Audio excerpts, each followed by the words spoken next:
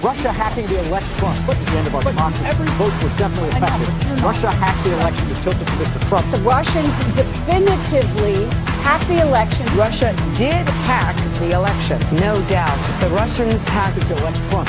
Russia hacking the election to elect Trump is the end of our democracy. Every votes were definitely affected. Russia hacked the election to tilt it to Mr. Trump. The Russians definitively hacked the election. Russia did hack the election. No doubt. The Russians hacked the election. Yes, Russia hacked the election. Fact, Russia hacked the election. President-elect Donald Trump still...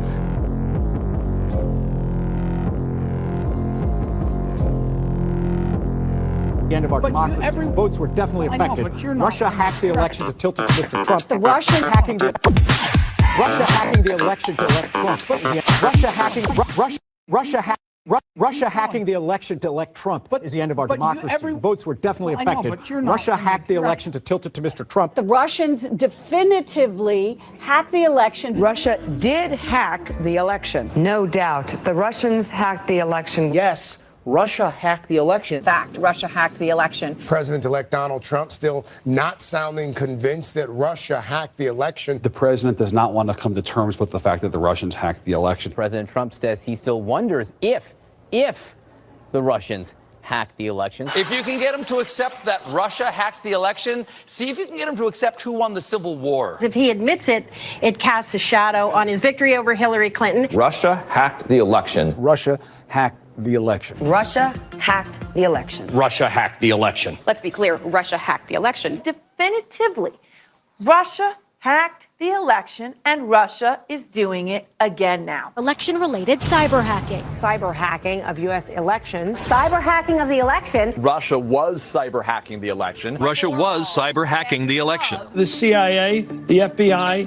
NSA. All of these intelligence organizations. 17 intelligence agencies. All conclude that Russia hacked the election. If we find out that Donald Trump just theoretically was colluding with Russia while they were hacking the election, that is completely impeachable. This dossier alleged a conspiracy between the Trump campaign and the Russian effort to hack the election. The director of national intelligence, the head of the National Security Agency, the head of the FBI, all of these intelligence experts saying Russia hacked the election. The FBI, the CIA, the NSA, the former director of national intelligence, James Clapper, I mean, they've all said this. So to believe that that's wrong, you have to believe they're all involved in an elaborate conspiracy to get Donald Trump. An elaborate conspiracy. A little far-fetched. They all say that they hacked the election, though. That is crazy, right? They all say that Russia hacked the election. But no one said Russia hacked the election. That's kind of nuts, isn't it? It's really crazy. I was trying to get Joe to play that, but he didn't. So I'm glad everybody's here. All you people, please hit the like button. Please subscribe if you haven't already subscribed. We're going to break into some news stories, some stuff that Joe didn't get into tonight. But I'm going to get into it because I've got a bunch of stuff lined up. And I've got stuff lined up for the last 3 nights, actually. So there is a goal. If we get the goal of 30 super chats of any size, shape, and color in 2 hours, that's it. You know, they could be $1, they could be $2, $5, 30 of them. We will go for 4, 5, 6 hours tonight. We will go until daylight if we have to get through every story I have lined up for the entire week. So let's jump right in, shall we? Where are we at here? The Gateway Pundit. That's that one. This is weaponization of teachers. Give me 1 second. Boom. Boom. Okay. Come Come on, get over there. There we go. There we go. Move over.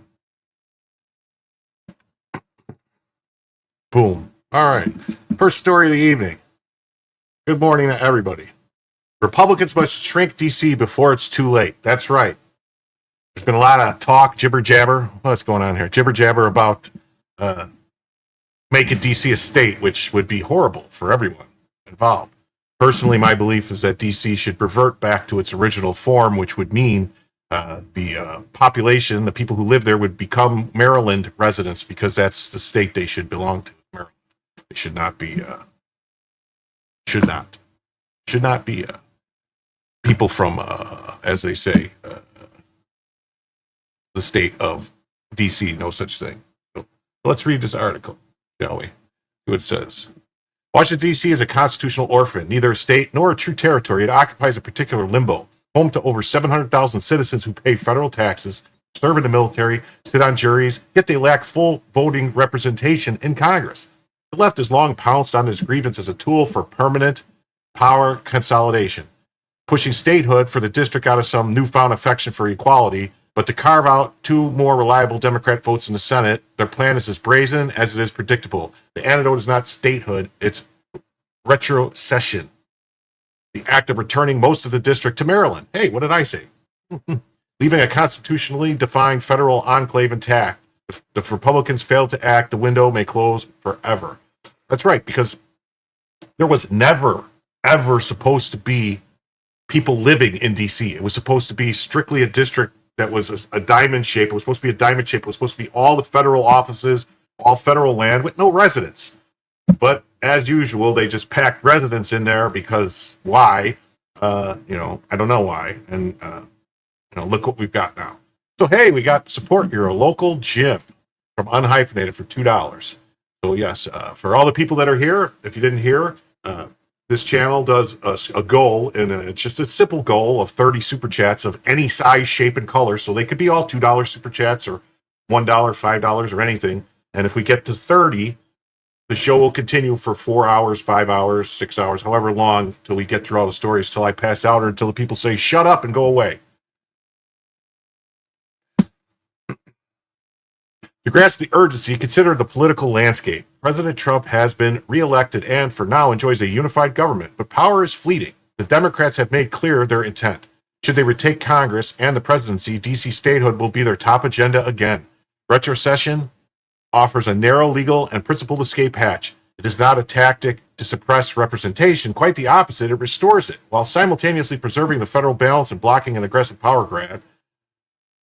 Let us begin with representation. The argument that D.C. residents deserve full voting rights is not without merit. Eleanor Holmes Norton, the district's long-serving non-voting delegate, has made this case for decades, and many prominent Democrats have echoed it. The district's black population, its civil rights history, and its tax burden make the cry of taxation without representation land with emotional and rhetorical force. Even figures like John Quincy Adams once acknowledged that inconsistency of disenfranchised D.C. residents. But the leap from representation to statehood is neither necessary nor constitutional. The Constitution envisions a separate seat of government, immune from the control of any state. James Madison, writing in Federalist 43, warned that placing the national capital within a state would create unique influence and threaten federal independence. But Madison did not envision a sprawling metropolis. He imagined a limited enclave centered around the machinery of the federal governance.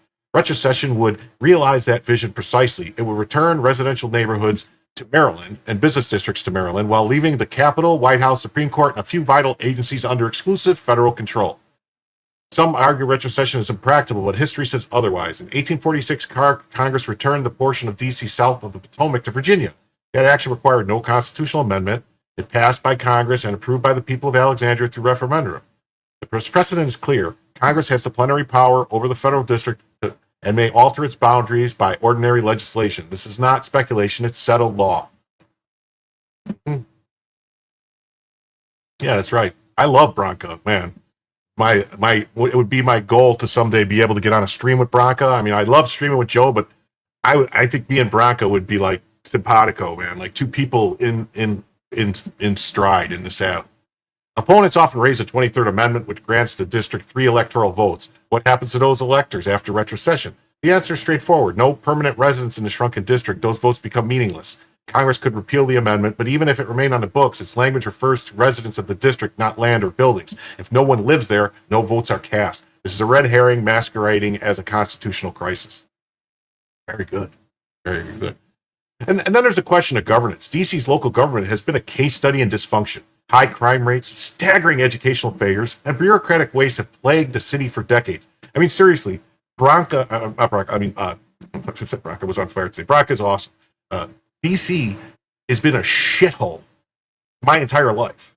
It is always and has been one of the most dangerous places to go for a person. Like, it's safe, like right around the Capitol and right around the people, but I mean, just think, you could be a guy working for the DNC, an intern, a staffer, just walking home from work, and and you could just get shot in the back of the head 3 times and die over a failed robbery, and it just totally wasn't that you leaked emails and information out of the DNC to WikiLeaks. It wasn't that at all.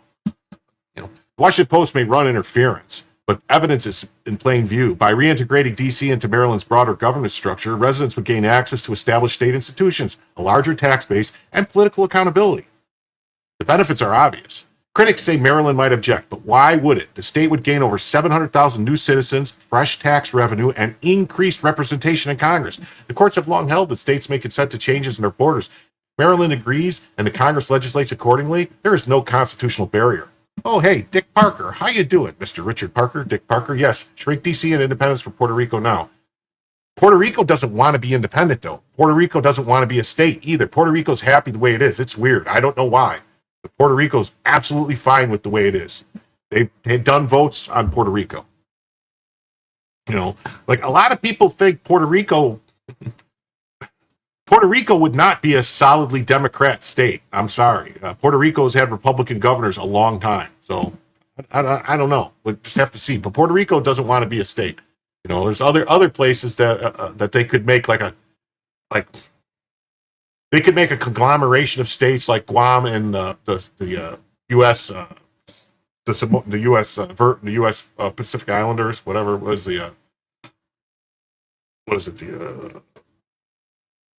I can't think of the name of it now. It's a different group of islands that are all U.S. territories that they could make states, but we'll see. Moreover, polling suggests that many Maryland residents would accept such a plan, especially when contrasted with the specter of D.C. statehood and permanent distortion of federal representation at this sale. Samoa, the U.S. Samoan Islands, American Samoa, those islands would be, they should be rolled into. I don't know if they could be rolled into Hawaii or not, but anyway, I'm getting off topic here.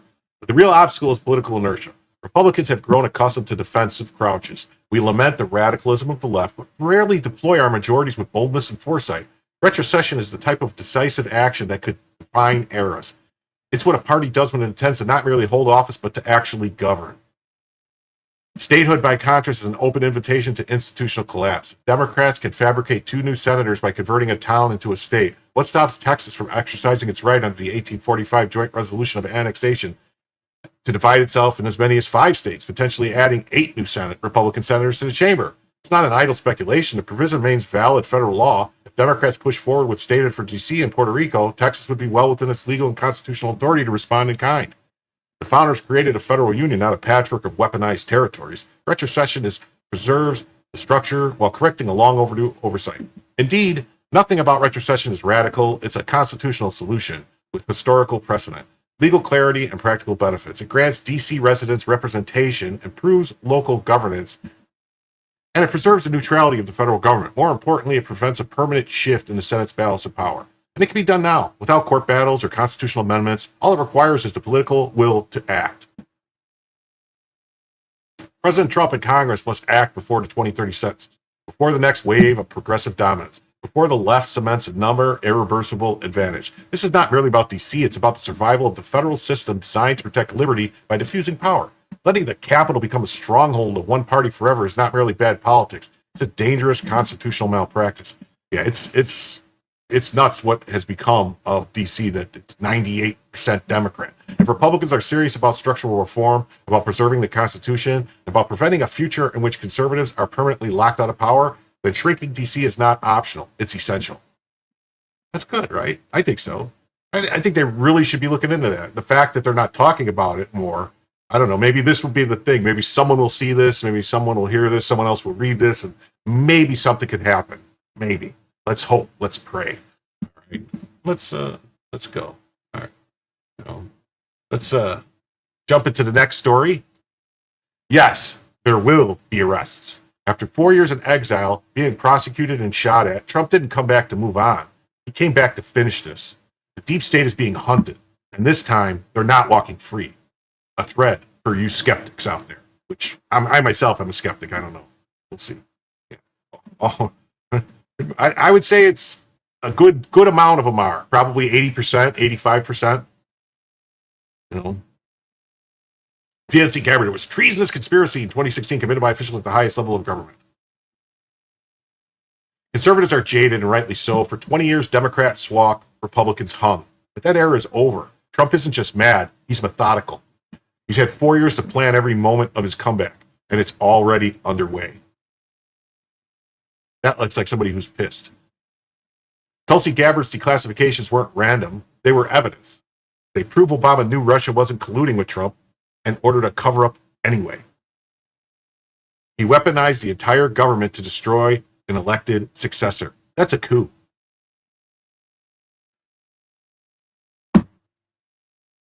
This is an issue that is important to every single one of us as Americans. This is not a partisan issue.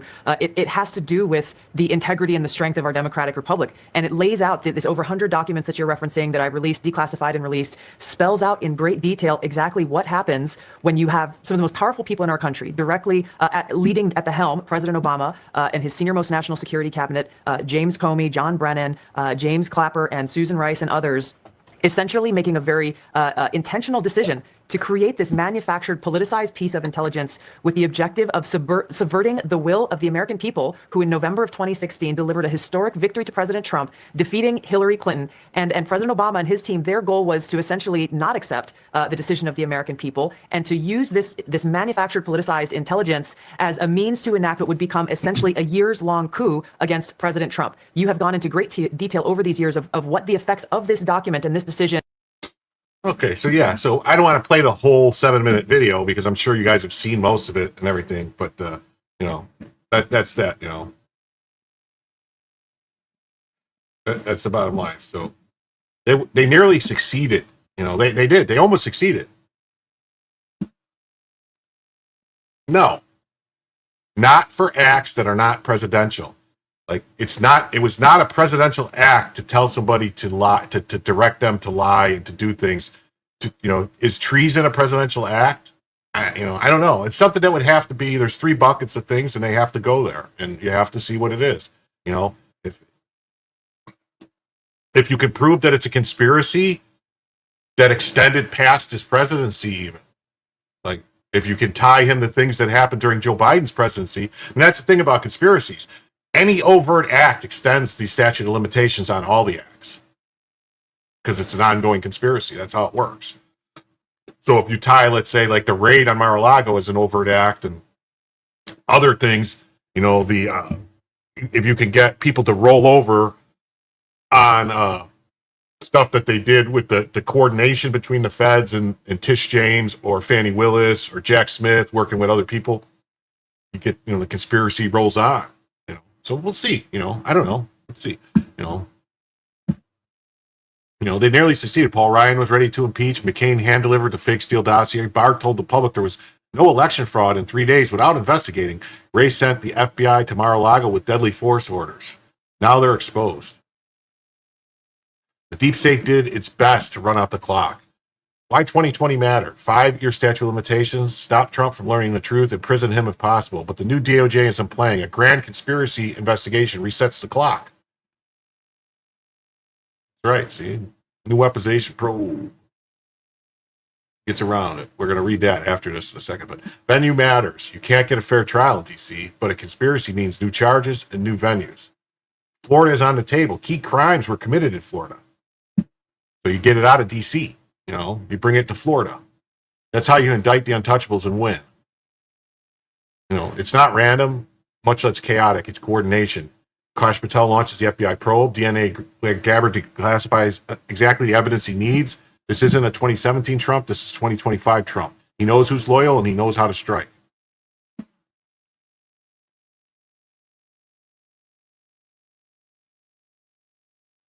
Are frankly nothing short of historic. Over 100 documents that we released on Friday really detail and provide evidence of how this treasonous conspiracy was directed by President Obama just weeks before he was due to leave office, after President Trump had already gotten elected.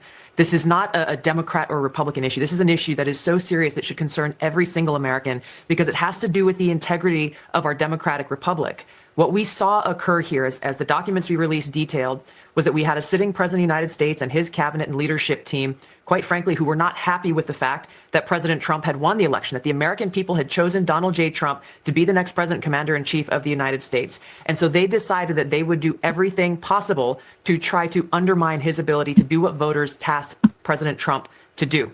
So creating this piece of manufactured intelligence that claims that Russia had helped Donald Trump get elected contradicted every other assessment that had been made previously in the months leading up to the election that said exactly the opposite, that Russia had neither the intent nor the capability to try to, quote unquote, hack the United States election for the presidency of the United States. So the effect of what President Obama and his senior national security team did was subvert the will of the American people, undermining our democratic republic, and enacting what would be essentially a years-long coup against President Trump, who was duly elected by the American people.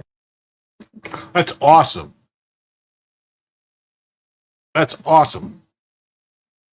And it's not just Russiagate. The 2020 election fraud, China's fake mail-in ballots, Biden's dementia cover-up, Fauci's pandemic lies, the media's Kamala cover-up, the J6 frame job, the weaponized justice system. It's all on the table, the whole rotten thing. Now, I don't know if you guys heard.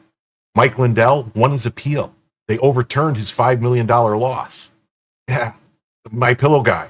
Mm-hmm. Yes, please, everybody. There's 315 people here. Please hit the like button. There's like only 50 likes. Subscribe to the channel. Throw. If you want the show to continue past 2 hours, throw a super chat in or something. But that's it. I'm not going to beg. I'm not an e-beggar, so we're going to keep going with this. So ride on the Capitol report, the 2020 election. Trump told you directly yesterday he let Hillary go in 2017 to avoid dividing the country. But after what they did to me, right or wrong, people have to pay. This is personal. And if we learned anything, it said he keeps his promises. Let's hear what the Trumpster has to say. The witch hunt that you should be talking about is they caught President Obama absolutely cold, Tulsi Gabbard. What they did to this country in 2016, starting in 2016, but going up to 2020 in the election. They tried to rig the election, and they got caught. And there should be very severe consequences. Yes, please like the stream. When we caught Hillary Clinton, I said, it helps with the algorithm. Let's not go too far here. It's the ex-wife of a president, and I thought it was sort of terrible. And I let her off the hook, and I'm very happy I did. But it's time to start, after what they did to me, and whether it's right or wrong, it's time to go after people. Obama's been caught directly. So people say, a group. It's not a group. It's Obama. His orders are on the paper. The papers are signed. The papers came right out of their office. They sent everything to be highly classified. Well, the highly classified's been released. And what they did in 2016 and in 2020 is very criminal. It's criminal at the highest level. So that's really the things you should be talking about. Definitely, they should be talking about all that stuff. Definitely. And this isn't the Barr Ray Durham double agent show. This is Pam Bondi, Kash Patel, Tulsi Gabbard, and Dan Bongino. It's relentless, coordinated, legal, and righteous. They have one shot, and they're not wasting it. They have a plan. Tulsi spelled it out. Let's see. There's no question in my mind that this intelligence community assessment that President Obama ordered be published, which contained a manufactured intelligence document. It's worse than even politicization of intelligence. It was manufactured intelligence that sought to achieve President Obama and his team's objective, which was undermining President Trump's presidency and subverting the will of the American people. So yes, next week we will be releasing more detailed information about how exactly this took place and the extent to which this information was sought to be hidden from the American people, hidden from officials who would be in a position to do something about it. And that's really the point here that I think is most important, Maria, and you said it in your opening. Accountability is essential for the future of our country, for the American people to have any sense of trust in the integrity of our democratic republic. Accountability, action, prosecution, indictments for those who are responsible for trying to steal our democracy is essential for us to make sure that this never happens to our country again. That's definitely right. We have to do something. If nothing happens, this will happen again and again and again and again. Yeah, there will be arrests, there will be trials, there will be convictions. The two-tier justice system is ending. This time, justice is coming for them. The hunted has become the hunter. Yeah,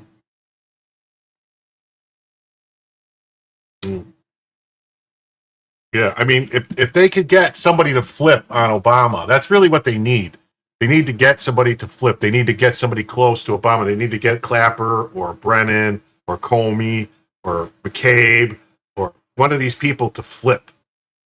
And if they can get one of them to flip on Obama, they could take down Obama, or someone even closer to Obama, a chief of staff or something like that. They get something. Get something.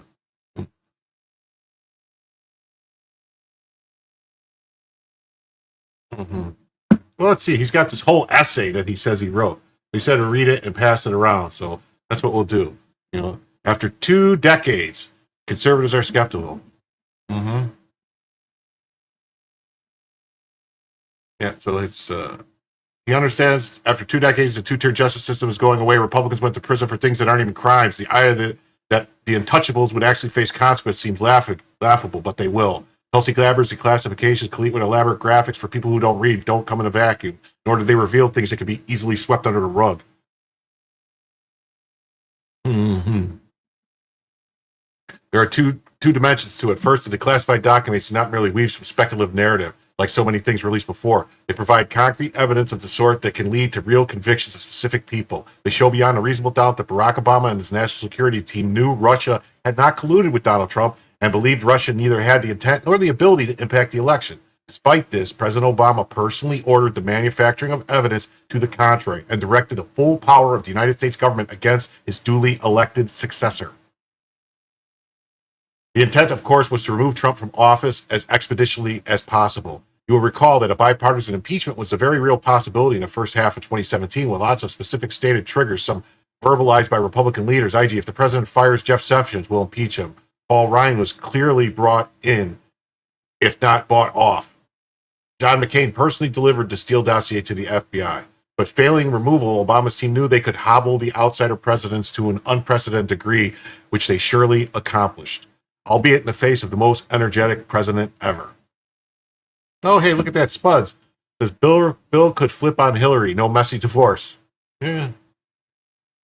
I think Bill might have more problems with the whole Epstein stuff. He's got to be all over that. He's got to be on. Thank you for the $2. So there we are. Now we're at 3 out of 30. Under the power of government to deceive the public into removing its elected leadership is a coup d'etat, nothing else. Bloodless, yes, but a coup nonetheless. And it only failed if you ignore the 2020 election. In support of this, they knew an outsider president neither knew how Washington worked nor whom he could trust. So it wasn't that hard to install William Barr as Attorney General, the man who told the public he thoroughly investigated all claims of the 2020 election fraud in just 3 days and found nothing. It turns out he hadn't investigated anything at all. It wasn't too difficult to replace Christopher Wray over the FBI, the man who authorized the Mar-a-Lago raid and gave orders that any resistance by anyone from the butler to Barron should be met with deadly force. The deep state was composed of millions, Trump appointees less than 5,000, and half of those were working for the other team.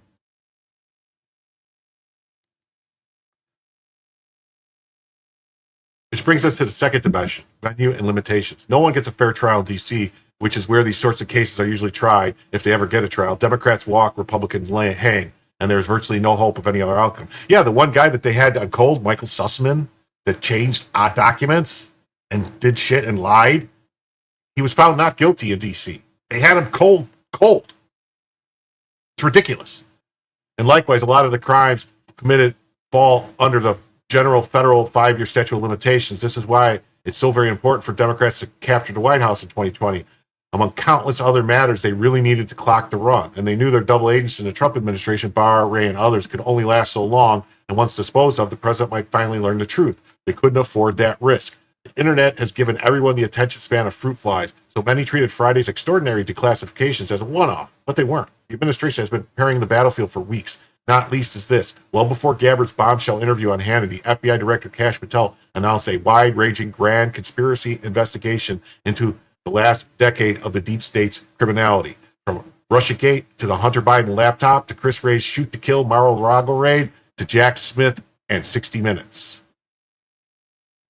FBI's new weaponization probe potentially gets around the statute of limitations. Why does it matter? Two main reasons. An ongoing criminal conspiracy eliminates the statute of limitations problem. It also opens the door to venues outside of the Beltway. Florida is an intriguing option because overt acts of alleged conspiracy occurred there, said a former federal prosecutor who was consulted recently by the Trump administration officials.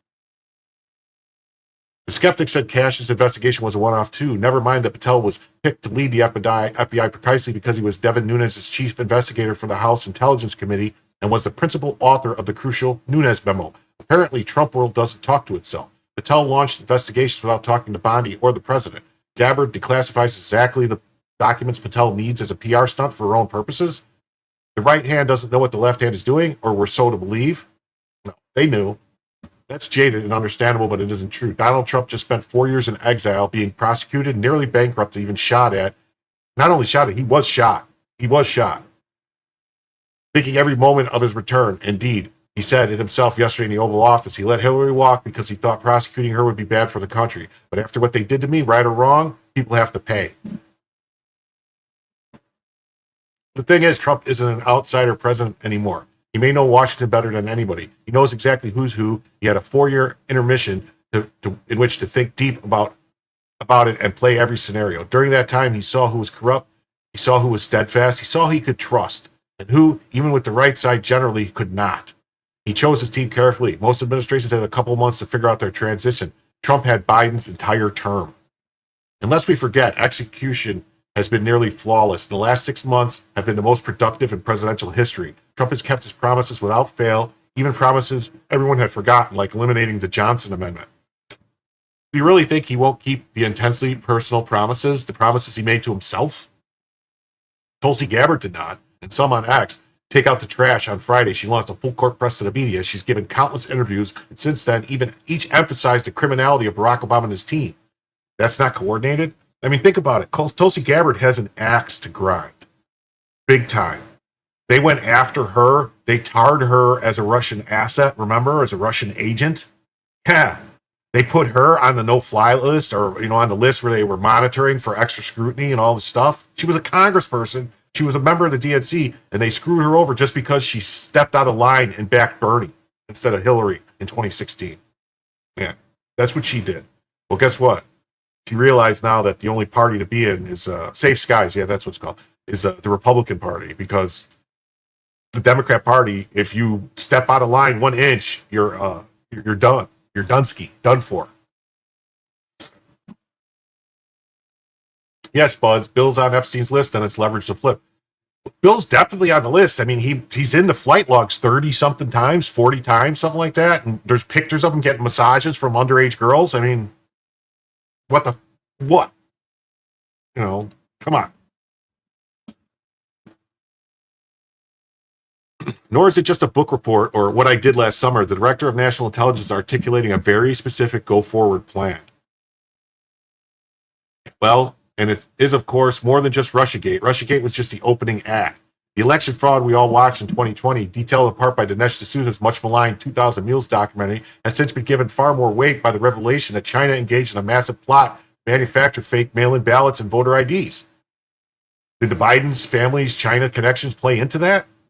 I mean, the FBI buried that and covered it up and didn't say nothing. And that was in the summer of 2020. The Hunter Biden laptop scandal, which resulted in mass censorship by even the Washington Post, which broke the story, turned out to be far worse than originally imagined. And the FBI, now known to have possessed and validated the laptop more than a year before the Post investigation, The 51 former intelligence officers claimed in writing that the laptop was Russian disinformation, despite knowing it wasn't. And the post-election polling that found it had materially affected the outcome of the election. And let's just be all honest here. There is no way in hell that 81 million individual people voted for Joe Biden. All right. A large number of those ballots were mail-in ballots that went to houses, and people just sent in multiple ballots. Anybody who doesn't believe that doesn't know what they're talking about. Because that's what happened. They were sending in California, they were sending 7, 8 ballots to a single house with one person that supposedly lived there. Same thing was happening in all these Michigan, Illinois, Pennsylvania, Wisconsin. Happened. Yeah. The one state that didn't happen was Florida, believe it or not. Yeah. Florida actually tracks the ballots, and they actually monitor everything that happens. And you know your ballot was mailed in. And they do mail in ballots better than anybody. And believe it or not, it's safe and secure because every person can check the ballots. They're all there for anyone to see who was sent the ballot and that they were returned. So, you know, I don't know. I mean, they really, really should start thinking about fixing the elections and doing what Florida has done. Because how is Florida? You know, Florida is like it's third most populous state in the country now, or third or fourth most populous state. And Florida gets all their ballots counted by election night. How is that possible? You know, New York, what it takes, I don't know. And I'm sorry, yeah, New York takes weeks. California takes weeks. And Florida has 5 or 7 million more people than New York now. So I don't know.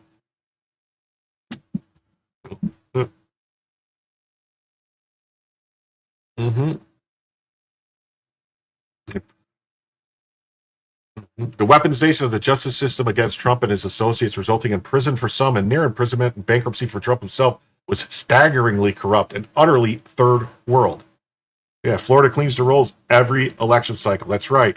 Every election cycle, you have to resubmit. You have to resubmit your registration. I have to resubmit a registration, re-register every 4 years. Oh.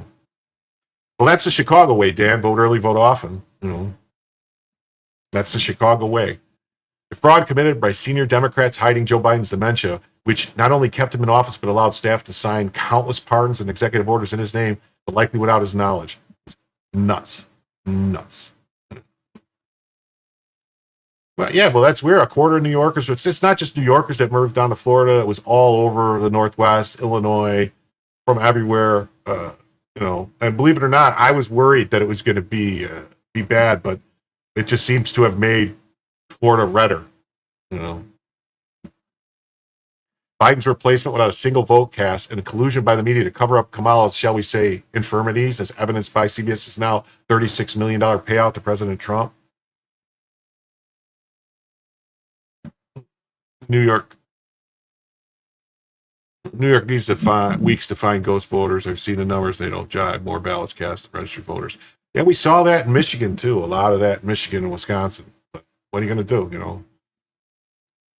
No, the Chicago way that Connery was talking about was if they send one of yours to the hospital, you send one of theirs to the morgue. That's the Chicago way. But there's a lot of Chicago ways. And don't even get me started about the possible pardon of Anthony Fauci and what some call the pandemic. See the China ballot fraud scandal above. Except to say that Deborah Birx's book, she details how she and Fauci crafted a series of lies that herd the president into actions against his and the country's interests. She writes that they knew that any given lie would only have a shelf life of about 2 weeks, so they were constantly working on their next narrative of new facts, and at least that far in advance. How did they sell all this to Trump? Through the aid of their Confederate, Mike Pence. They always tell on themselves. Always. Yeah, Mike Pence, that fly landed on him in that debate, remember, and just sat there and kind of was like, man, that guy's the devil. If a fly wouldn't just land on somebody and just hang out like that. Yes, there's going to be arrests and trials and convictions and prison sentences for very, very senior people. This is the new Trump administration. It talks to itself. They know what they're doing. They just spent 4 years preparing for this moment, and they know they don't have long to do it. And Trump would say, don't be a panicant. This is not the Barr, Ray, Sessions, Rothstein, Mueller, Durham show. It's a new day. And no one is as weary of the two-tier justice system as Donald J. Trump. Mm-hmm. Yeah, we're going to jump back. I'm going to look at this other story here.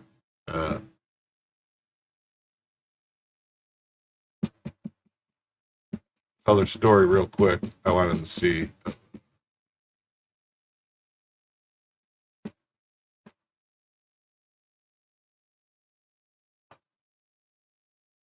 This one, I wanted to check this one out. It's the new weaponization probe. I wanted to talk about this, and it says the investigation. This is from a few days ago. Just to kind of brush up on this. Investigation opens the door to criminal charges for election interference and abuse of government power against President Trump and other conservatives over the last decade. I mean, I'm sure they could find crimes that were committed in the 2024 election. Yeah.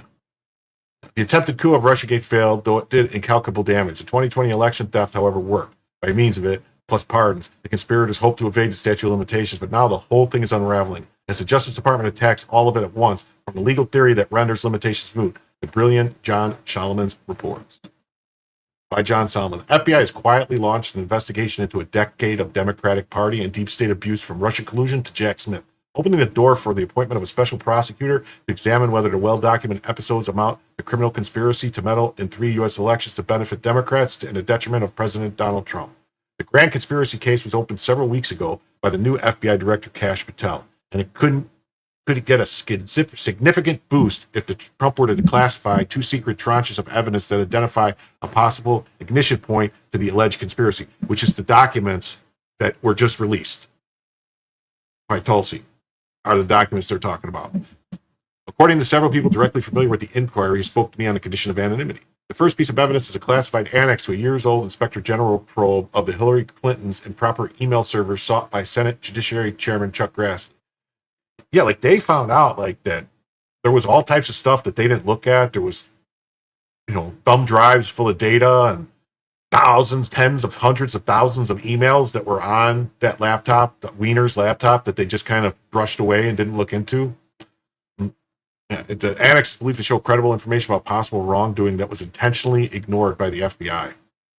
The second tranche is identified by the Russiagate special counsel John Durham in his final report. The evidence was dubbed in the report as the Clinton Plan Intelligence. It was also placed in a classified annex kept from the American public and even members of Congress.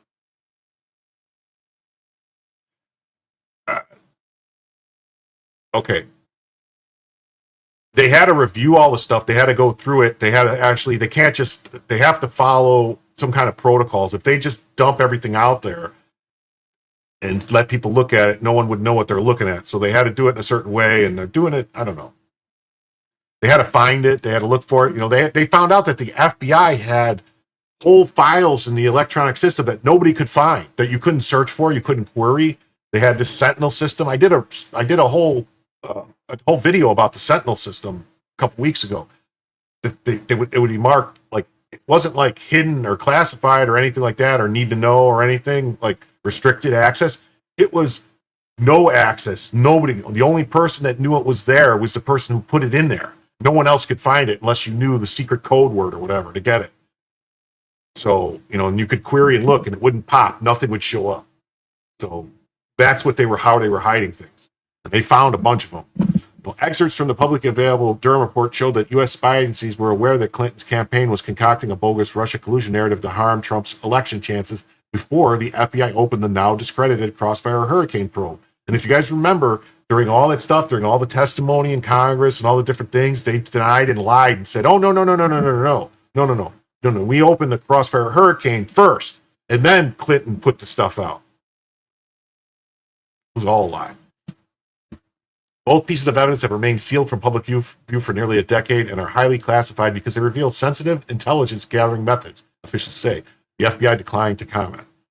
Sunshine is the best disinfectant. CIA Director John Ratcliffe earlier this month released a scathing review of the U.S. intelligence community. And I just want to point out, too, that there's a lot of people that were in the first Trump administration that should have known this and should have got this stuff, like Mike Pompeo.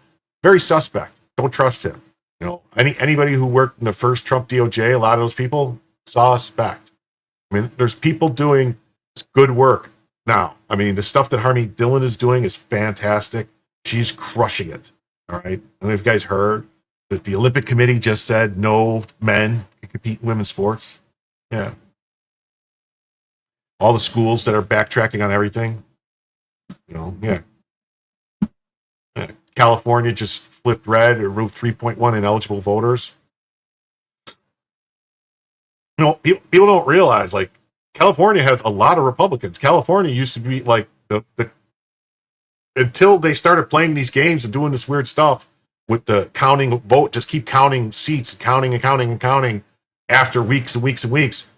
Republicans used to hold more congressional seats from California than Democrats. Yeah.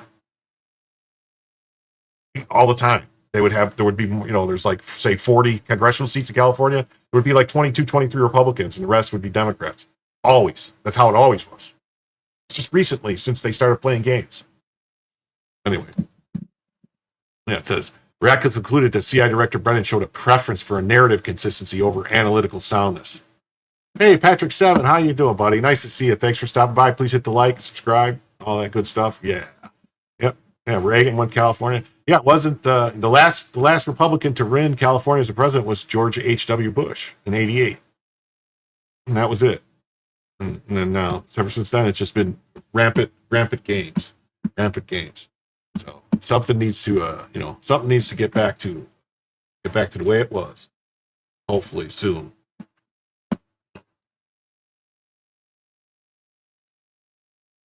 Mm-hmm. Oh, hey, look at that. I went over 1,200 subs. That's awesome. 1,207 subs. Great. Thank you, everybody.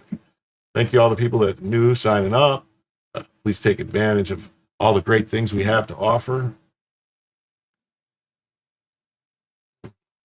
Ratcliffe posted on social media about the report calling a smear campaign against Trump's atypical corrupt process under the politically charged environments of the former director Brennan and former director Comey. I mean, just everyone remember, hey, thank you, Lynn, for stopping by. I do a show pretty much. I was doing a show almost every night a week at around 10 o'clock at night, but it was interfering with Joe's shows, and I'm trying to stay around Joe and do stuff after Joe or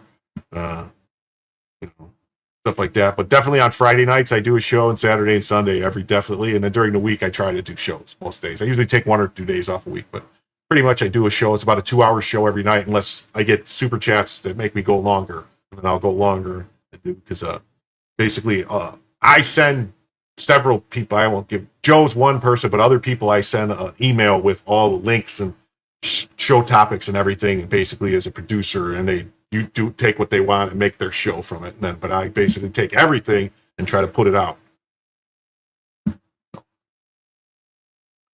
John runs POTUS has trusted me to help end the weaponization of the U.S. intelligence. Today's report underscores the 2016 IC assessment. Yeah, that's right, you filthy animals. Give Jim a like. If Trump declassifies his Grassley and Durham documents, prosecutors could submit them to a grand jury in an effort to show a distinct pattern of the FBI and spy agencies' willfulness to ignore intelligence or even evidence damaging to Democrats while relentlessly pursuing Trump with evidence that was often flawed. Trump administration officials have weighed naming a special prosecutor to probe the recent bombshell revelations reported by Just the News that the FBI received human source intelligence and some corroborating evidence that China was engaging in a scheme to create fake mail-in ballots in 2020 to help Joe Biden win. The FBI failed to investigate the matter and even recalled the intelligence and asked fellow spy agencies to destroy the report. Yeah. But the 5-year statute of limitations on the inquiry is only weeks away from expiring since the evidence arrived in August 2020. Even the potential for criminal charges and other accountability on an almost impossible tight timetable. Well, they could probably look at other things, do other stuff, to get it going. That's it. So this is basically what we've been talking about too. So it says, holy smokes, a political nuke just went off in the White House briefing room. Are you referring to the former president? Yes, correct. The evidence we found and released directly points to the president leading and manufacturing this intelligence assessment of Trump Russia. Right. Waited 8 years. We all knew this to be true. No. Fake news CNN cuts away as intelligence director Tulsi Gabbard outlines the Obama-Russia collusion scandal live on TV. Yeah, let's watch what CNN does. Multiple intelligence community assessments released in the months leading up to the November 2016 election concluded that Russia had neither the intent nor capability to impact the outcome of the U.S. election.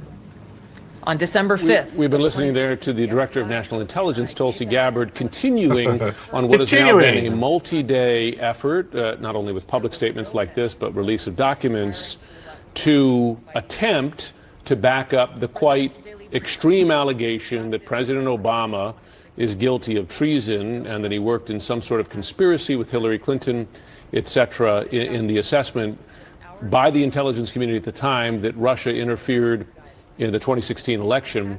Multiple intelligence community assessed. Little bit he did. Little bit he did. Little bit he did.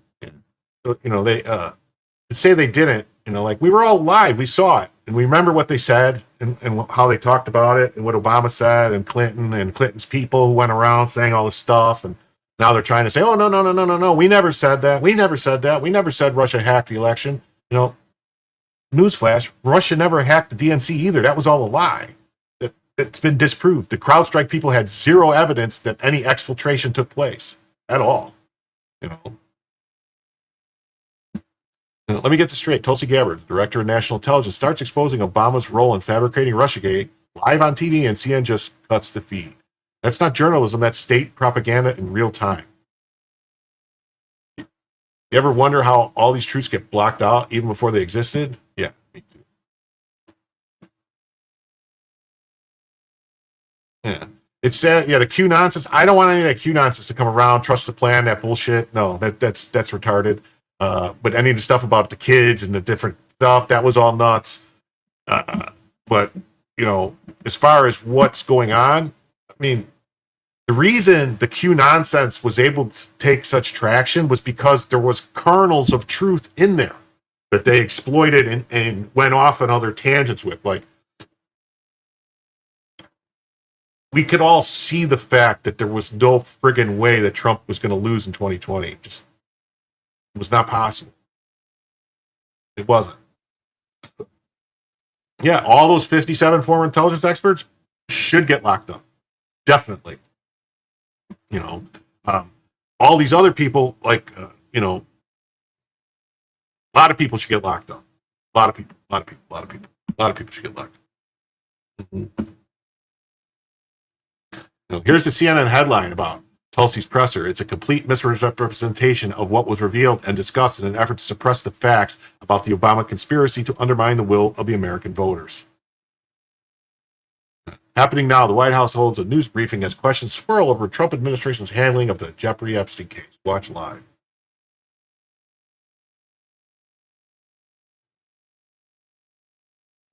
Yeah, that's right. They cut away, and people think that they're left in the dark about their illegal activities. Well, that's how they do it. That's how they keep people in the dark, and they don't tell the truth.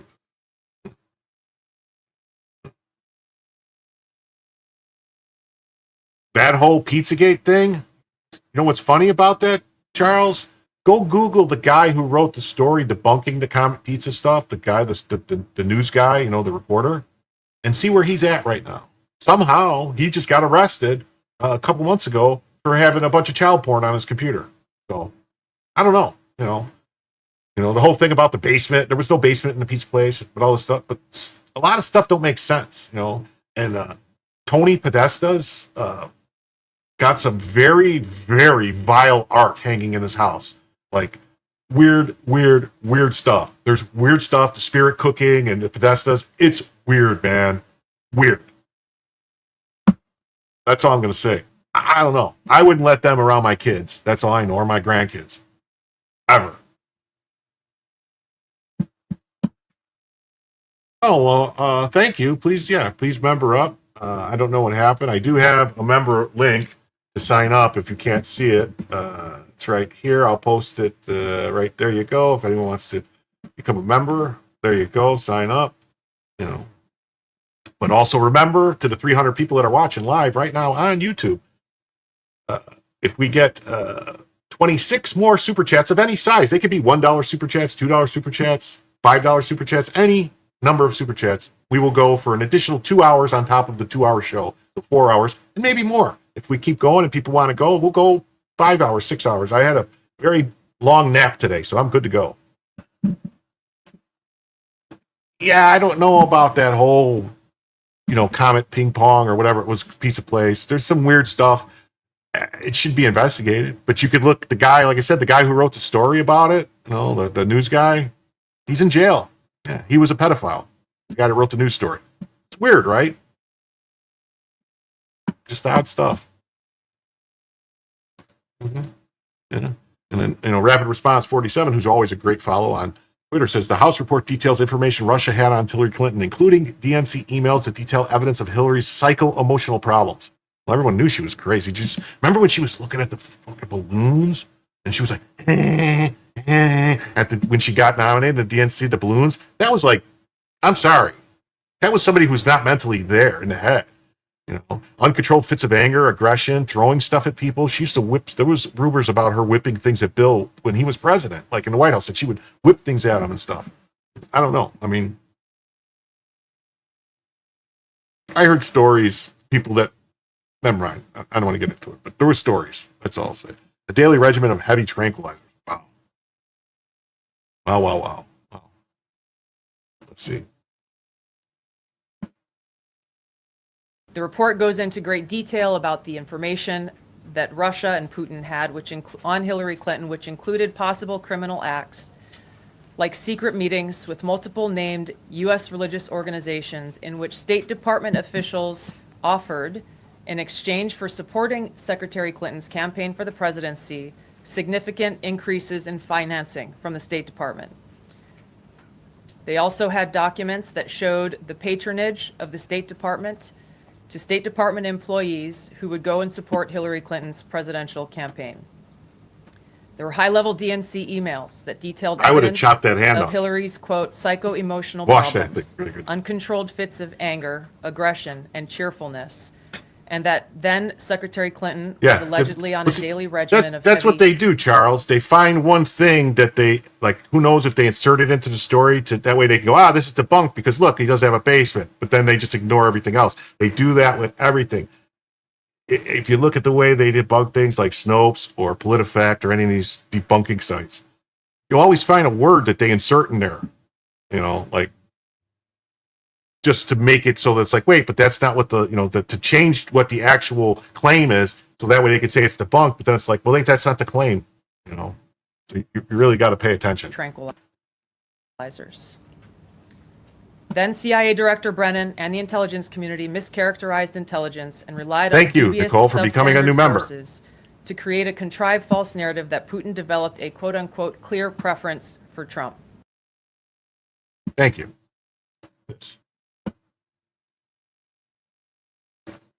Yeah, CNN cuts the feed when the DNI shared evidence of the disgraced former President Obama committing treason. Yeah, we already saw this, but I just like to go through. The Smith-Munn Act. This act blocked the government from being able to use propaganda on the American population and the world. It was repealed by Obama in 2012. It needs to be reinstated ASAP. Definitely.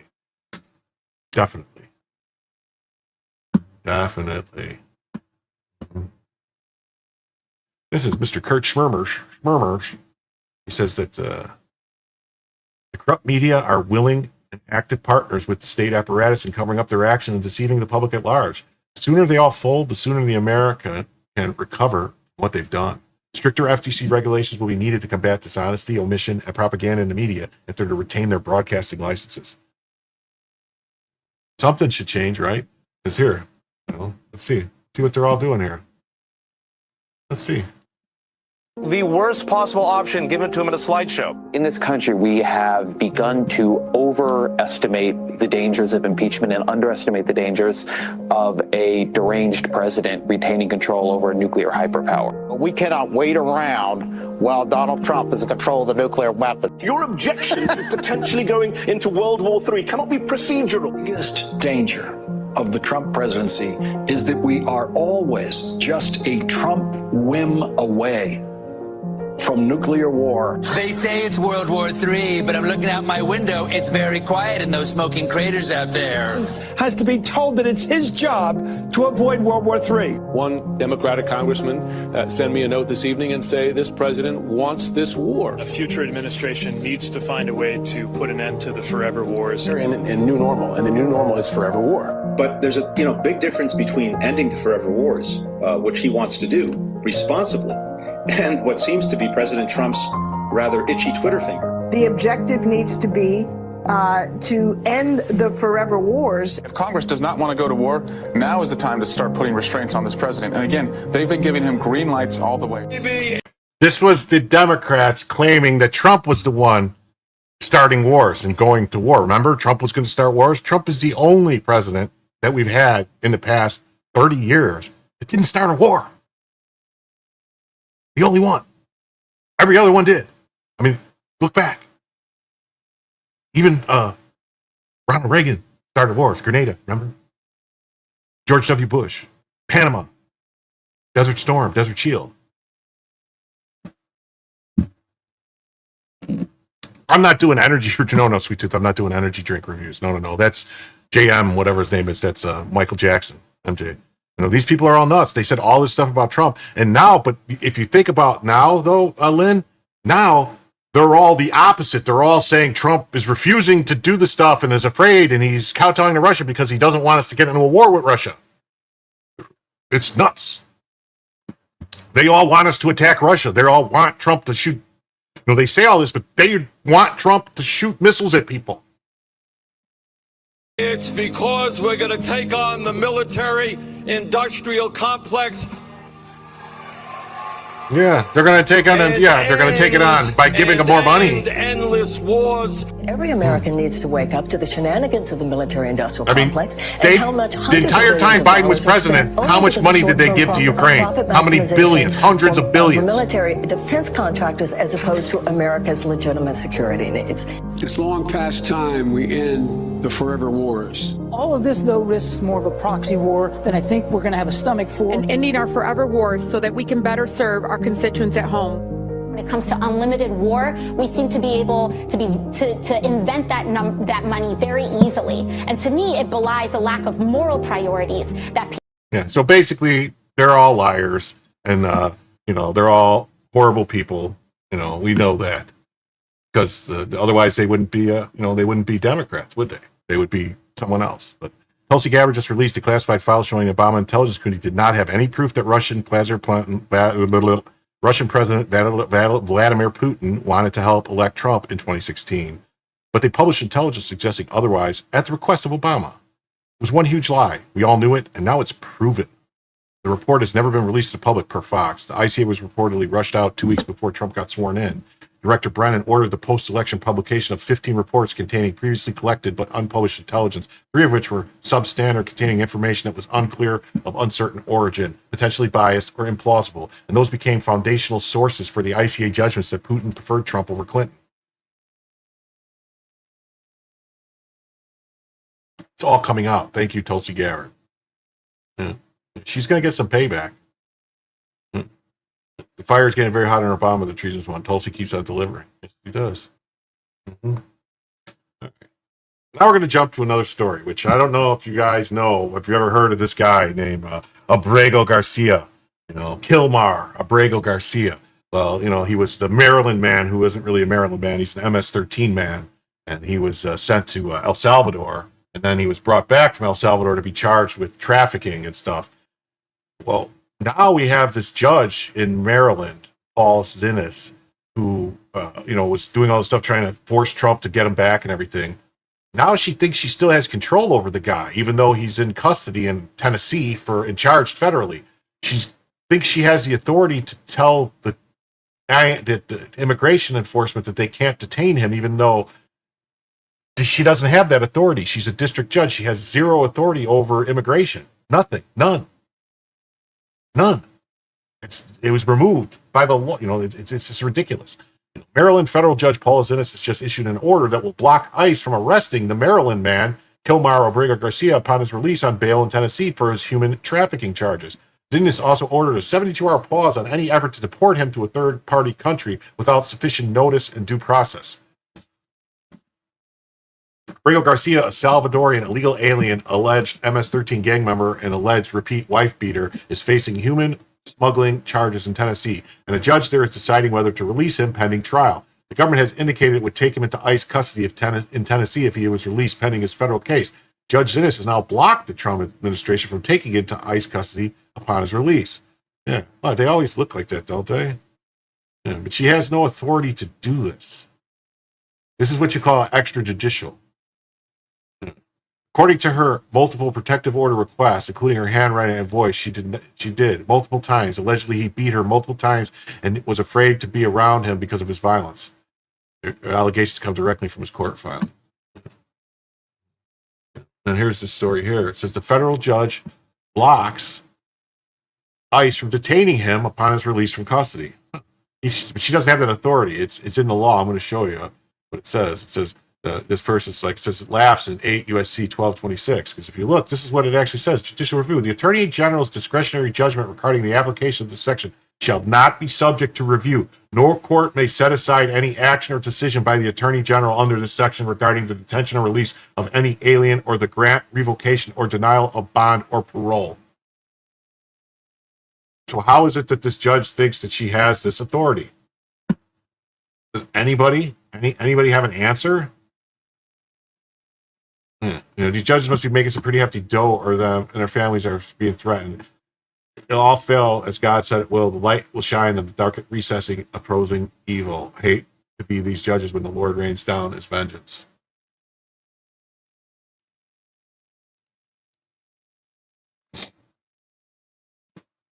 I don't understand. They keep saying, but how come nobody brings up the fact that it's against, she's violating the law? The judge is violating the law by making this order. Judge blocks him from detaining him. If the Attorney General says he's to be detained, then he's to be detained. A federal judge on Wednesday ruled that the Immigration and Customs Enforcement officials and the Trump administration cannot apprehend Kilmer upon his release from jail. The administration has stated it plans to deport Abrego Garcia to a third-party country if he's released while he awaits a criminal trial on human smuggling charges in Tennessee. But U.S. District Judge Paul Azinis ruled that the federal government shall restore Abrego Garcia to his ICE order of supervision out of the Baltimore field office. She has no authority to do that, paving the way for his return to Maryland. Abrego Garcia emerged as a focal point of the Trump administration's crackdown on illegal immigration earlier this year after he was deported back to his home country of El Salvador, despite a court order that allowed him to remain in the U.S. for his own safety. He was returned to the U.S. last month. The decision comes the same day another judge declined to revoke an earlier order that allowed him to be released and placed under home detention, ruling he posed no flight risk. Federal prosecutors allege Abrego Garcia transported hundreds of illegal immigrants over many years, and he's pleaded not guilty. Ridiculous. I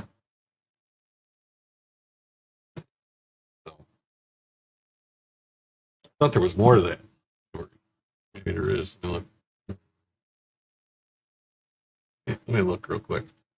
Give me 1 second. I'll look and see if there was something else.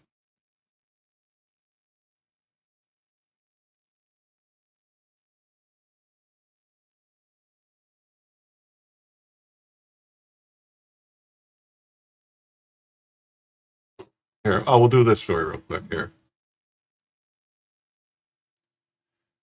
Mike Lindell wins his $5 million appeal. The courts just tossed the bogus arbitration that tried to bankrupt him for exposing the 2020 election fraud. The truth is catching up, and the deep state is panicking. Congratulations, Mike. Back in 2021, Lindell offered $5 million to anyone who could prove his election data didn't show foreign interference. A soft winner tried and failed, but the guy sued anyway, and a sketchy arbitration panel overturned the contest rules. The arbitration board just made up the new contract terms out of thin air. The goal: bury Lindell, discredit the evidence, and silent election fraud claims. But the 8th Circuit Court of Appeals just unanimously reversed the ruling. They slammed the arbitration panel for exceeding its authority, writing an unambiguous contract, and violating precedent and state law. This is massive. The deep state tried to destroy Lindell just like they did with Dinesh D'Souza, Trump, Bannon, Navarro, and others. They lawfare you until you give up, but Lindell didn't, and he wouldn't, and now he's vindicated. 2000 Mules, if you guys haven't watched it, I really suggest people watch that movie. Lindell called the suit a setup, and he was right. Now declassified FBI docs show they knew in 2020 that China had created huge numbers of fake mail-in ballots and voter IDs, proving the regime suppressed the truth, and went after anyone who tried to expose it. Oh, let's see here. What do we got here? I'm Jack Bradley. President Trump is calling for a special prosecutor to investigate allegations of fraud in the 2020 election. This comes days after the FBI declassified documents alleging that China conspired to execute a ballot fraud scheme in 2020. NTD correspondent Jason Blair reports.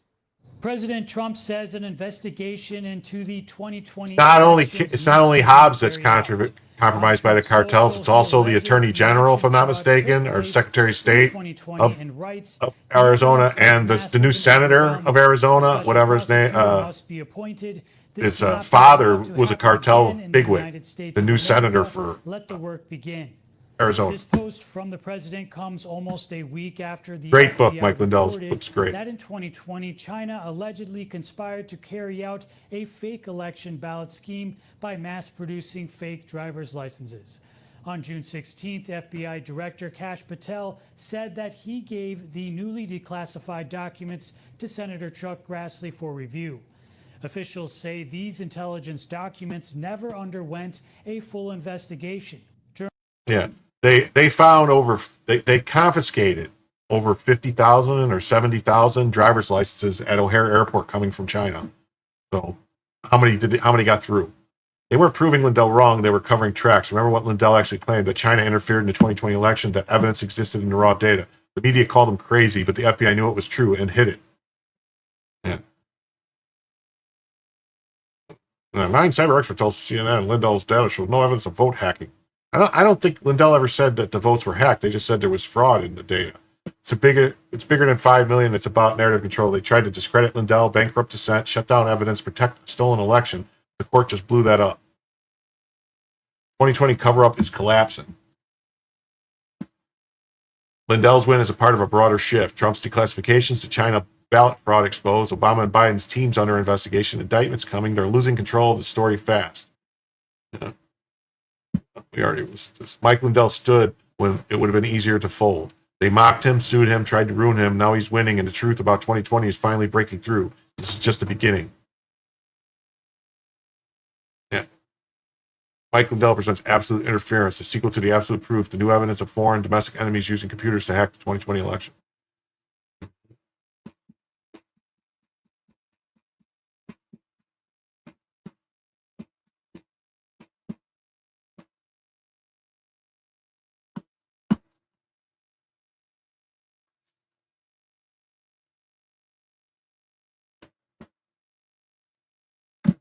We're going to read this story about Mike Lindell winning his appeal, just so we could be 1 second. I can let my dog in.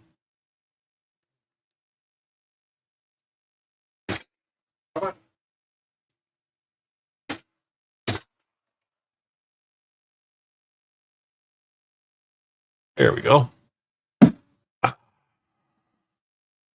Mike Lindell wins appeal in $5 million alleged election fraud case. Federal Appeals Court rules Wednesday in favor of the MyPillow CEO Mike Lindell, overturning an earlier arbitration decision that ordered him to pay $5 million to a software developer who challenged his claim of foreign interference in the election. A 3-judge panel for the 8th U.S. Circuit Court of Appeals issued a unanimous decision that determined the arbitration panel exceeded its authority. Fair and Art agreed to contract terms may not be modified by the panel or the court. U.S. Court Judge James Locken wrote in a 12-page decision. Lindell hosted a cyber symposium where he claimed data showed Chinese election interference in the 2020 election. Lindell offered $5 million if someone could prove the data was unequivocally not related to the election. This prompted software engineer Robert Zeidman to issue a 15-page report against the data. While the challenge judges ruled he did not meet the standards required for the $5 million, an arbitration panel later ruled that Zeidman was entitled to the prize. The panel found that Zeidman successfully proved Lindell's data was not election data. However, the appeals court has now ordered the lower court to immediately wipe the $5 million award.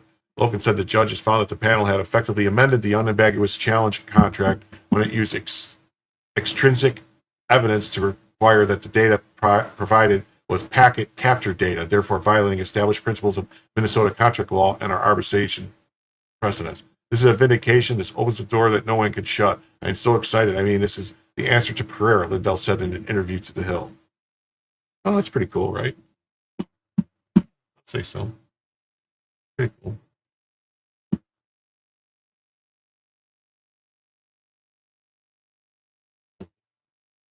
This is a good story too. I wanted to get on. You guys, you see this one? This is, yeah. So hospitals across the nation are ending transgender care for minors in wake of federal policy changes. Now criminally charge these monsters who mutilated vulnerable kids for lifetime profits. Let's see what this is. Some major hospitals are about to stop providing so-called gender-affirming care for minors. This comes as the Trump administration puts pressure on healthcare institutions to stop the practice. Correspondent Alexandria Hoff has the story tonight. In a message to pediatric patients, Children's National Hospital in Washington is citing legal and regulatory risks for why it is discontinuing the prescription of gender-affirming medication, effective August 30th. The University of Chicago Medical Center has ceased all gender-affirming pediatric care, a decision made in light of emerging federal actions. And this week, the largest transgender youth treatment clinic in the U.S. closed its doors at the Children's Hospital of Los Angeles, a move denounced by LA's LGBT Center, writing, "This closure will eliminate critical gender-affirming care for over 2,000 young patients."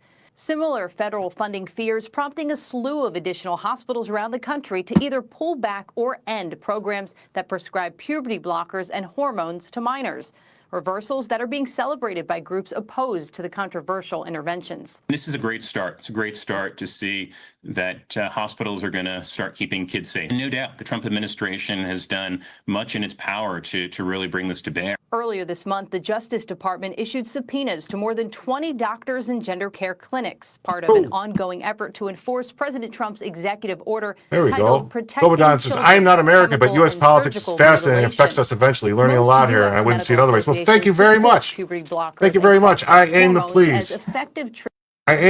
I try to stick to just the facts. I don't, I will occasionally, I'll throw some commentary in, some of my opinion, but I try to make sure that that's known, that that's my opinion, that it's after the story. So, but I appreciate it. I'm glad to see you here. Thank you for the 20 euros, I believe that is. I think that's like $25. So, wow, what do you know? And we're about an hour and 15 minutes into the show. We have 5 super chats out of the 30 that we need. So, people want to go for a couple hours longer, get cracking on them super chats. Treatment for transgender identifying youth. But critics questioned the long-term impacts, particularly on fertility and bone health. Last year, it was revealed that a study went unpublished because it found the drugs did not improve the mental health of children experiencing gender distress. According to the New York Times, its lead author, Dr. Joanna Olson-Kennedy, did not want the findings, quote, weaponized. Dr. Olson-Kennedy. That's what they say when they don't agree with it. They don't want them weaponized. That's what they say.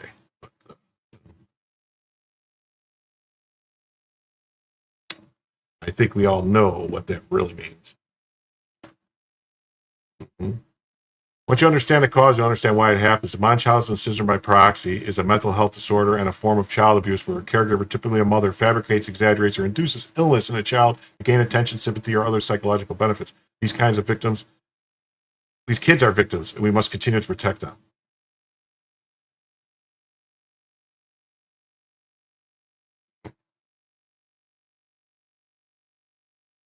These people are all out there, man. All out there. So, all right, we're going to jump into another story.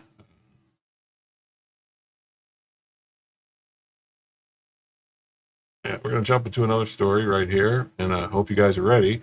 This is about Big Tish. This is her biggest scandal yet. Iran, China are circumventing sanctions via Notorious Bank, and Letitia James is implicated. It's all about the money. That's right. It's all about the money. All about the money. Money. Her biggest scandal yet.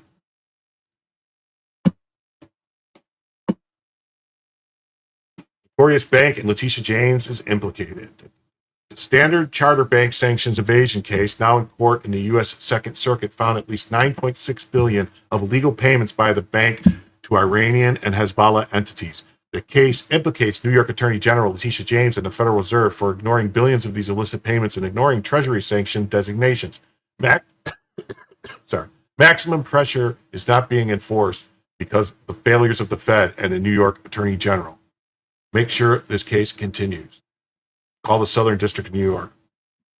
At least $9.6 billion of specifically identified illicit payments were made by the SCB from its New York branch to the OFAC and known terrorist names. The $9.6 billion was found in internal trade reports turned over by the bank whistleblowers and represents the first batch from SCB Dubai office that cleared through SCB New York City. There are estimated over $100 billion more of illegal payments and are more recent from SCB China, where it has maintained 53 mainland branches to facilitate dollar trade payments for oil and war-making materials.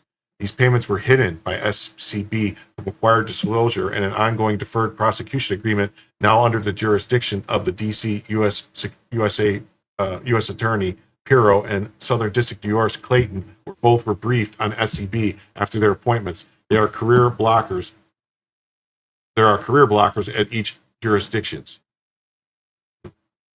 Involvement by the New York Attorney General. In early 2024, New York Attorney General was briefed by terrorist financing experts and whistleblowers in detail on the illicit payments, yet did nothing about it other than reapprove SCB's annual license.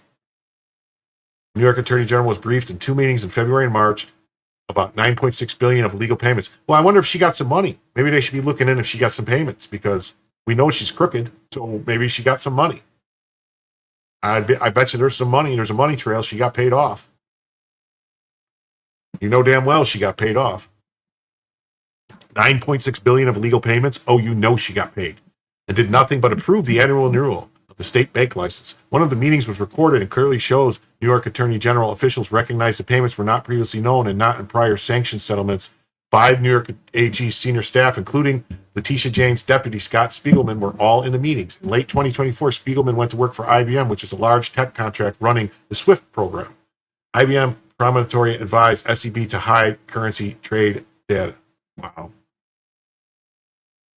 Involvement by the Federal Reserve. The Fed, along with its wire operation platform SWIFT, failed to block the payments to sanctioned names. Ignoring the Treasury, OFC, and SGD list, COO of Swiss, Cheryl McGuire, had been at SCB, where she was directly involved in SCB hiding its currency trades.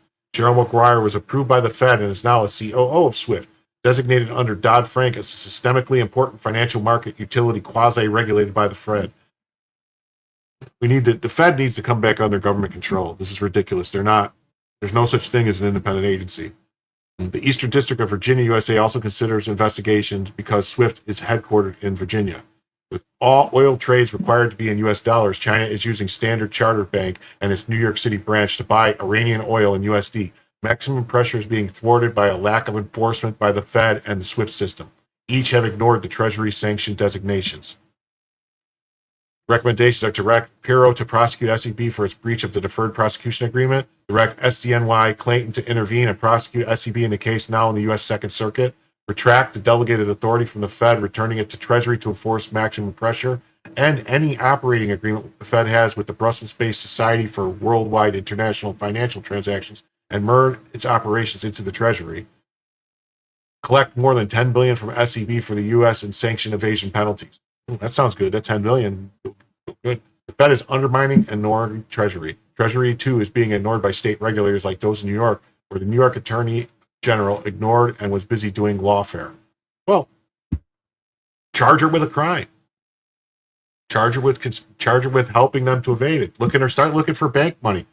The SCB evasion case is a rare situation where inside whistleblowers turned over 40,000 emails that contained the currency trade records for several years.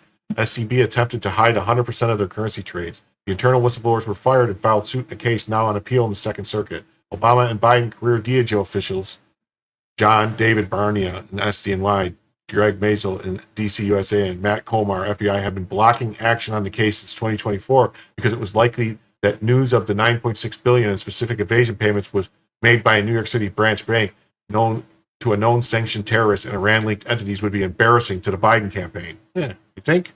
Enforcing the sanction laws on the current known sanctioned evasion payment in the case would yield the U.S. more than $10 billion in settlements, while full investigation of SCB China oil trade payments is likely to be a much higher amount of proceeds to the U.S. The exact same evidence of $9.6 billion of SCB illicit payments is subject to a NUKE Royals Court investor suit that is going to trial.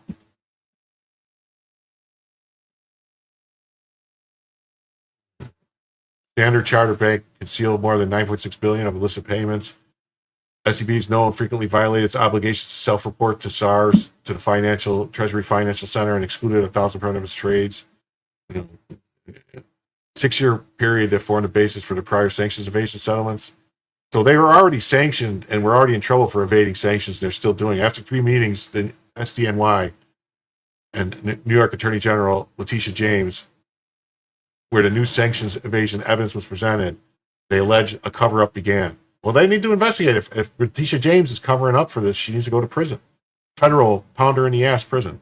FBI agent Matt Komar and Treasury Alexander Manful and SDNY's Bernie made false statements to the court claiming SBI's currency trades have been included, even though the $9.6 billion were not previously listed. Well, then if they made false claims to the court, they need to be charged. They need to be for perjury. Get them. Based on these shocking findings, changed in the DOJ's case posture, Brutus moved to reopen the case. Biden DOJ denied the existence of any currency trades that have been in the 75 Excel files given to the government by Brutus as evaluated by the terrorism financing expert, who evaluated a subset of 551,000 trades. The Biden administration and New York Attorney General adopted a posture to ignore the illegal payments. I wonder if maybe Biden got paid off by China. Policy goals to align maximum pressure with robust sanctions. Media coverage is ongoing. All right, Jim Hoff reporting. Well, that's crazy, right? That is just crazy. That is just crazy, crazy, crazy.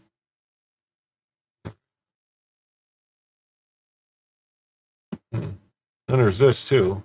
It says, why does nobody, including Tish James, want to talk about the ethical and probable legal violations her pro se probate filing 13 years after the alleged death of her father? Lisa James faked her father's death to hide a dirty mortgage scam. Here's the evidence. Wow. Lisa James faked her father's death to hide a dirty money mortgage scam. Here's the evidence. Wow, this is crazy.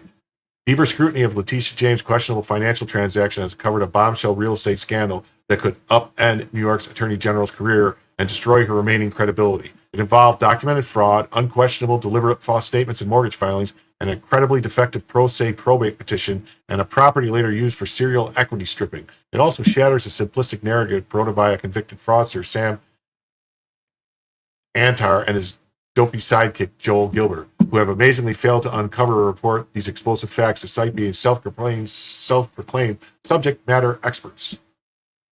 The 1983 fraud. On May 20th, 1983, Letitia James and her father, Robert James, acquired 11404 Inwood Street, Jamaica, Queens, via an estate sale from the administrator, Thomas M. Rose. The very same day, they executed a $30,300 mortgage with Cadillac Funding Ltg., a predatory lender known for lawsuits and subprime scams. The twist in the mortgage, they fraudulently claimed to be husband and wife. The dollar amount of this loan seems odd, given the declared value of the property. Should be noted by crowdsourced the truth viewers who are aware that I've often said that the number 33 in various formats appears to be used as a stenographic marker. This may be a way to alert those in the know that this is some kind of special thing. Tag team morons Sam and Joel have hammered the point that Letitia and her father signed an 83 mortgage application as husband and wife, but the deed itself describes Letitia as Robert's daughter. Despite this, they submitted documents to Cadillac claiming marital status.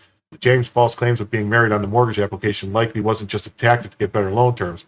It's not like they were comparison shopping to shave off a few basis points. The deed and mortgage being executed on the same day before the title was even perfected suggests Cadillac wasn't defrauded. They were in on it. The missing tax lien release.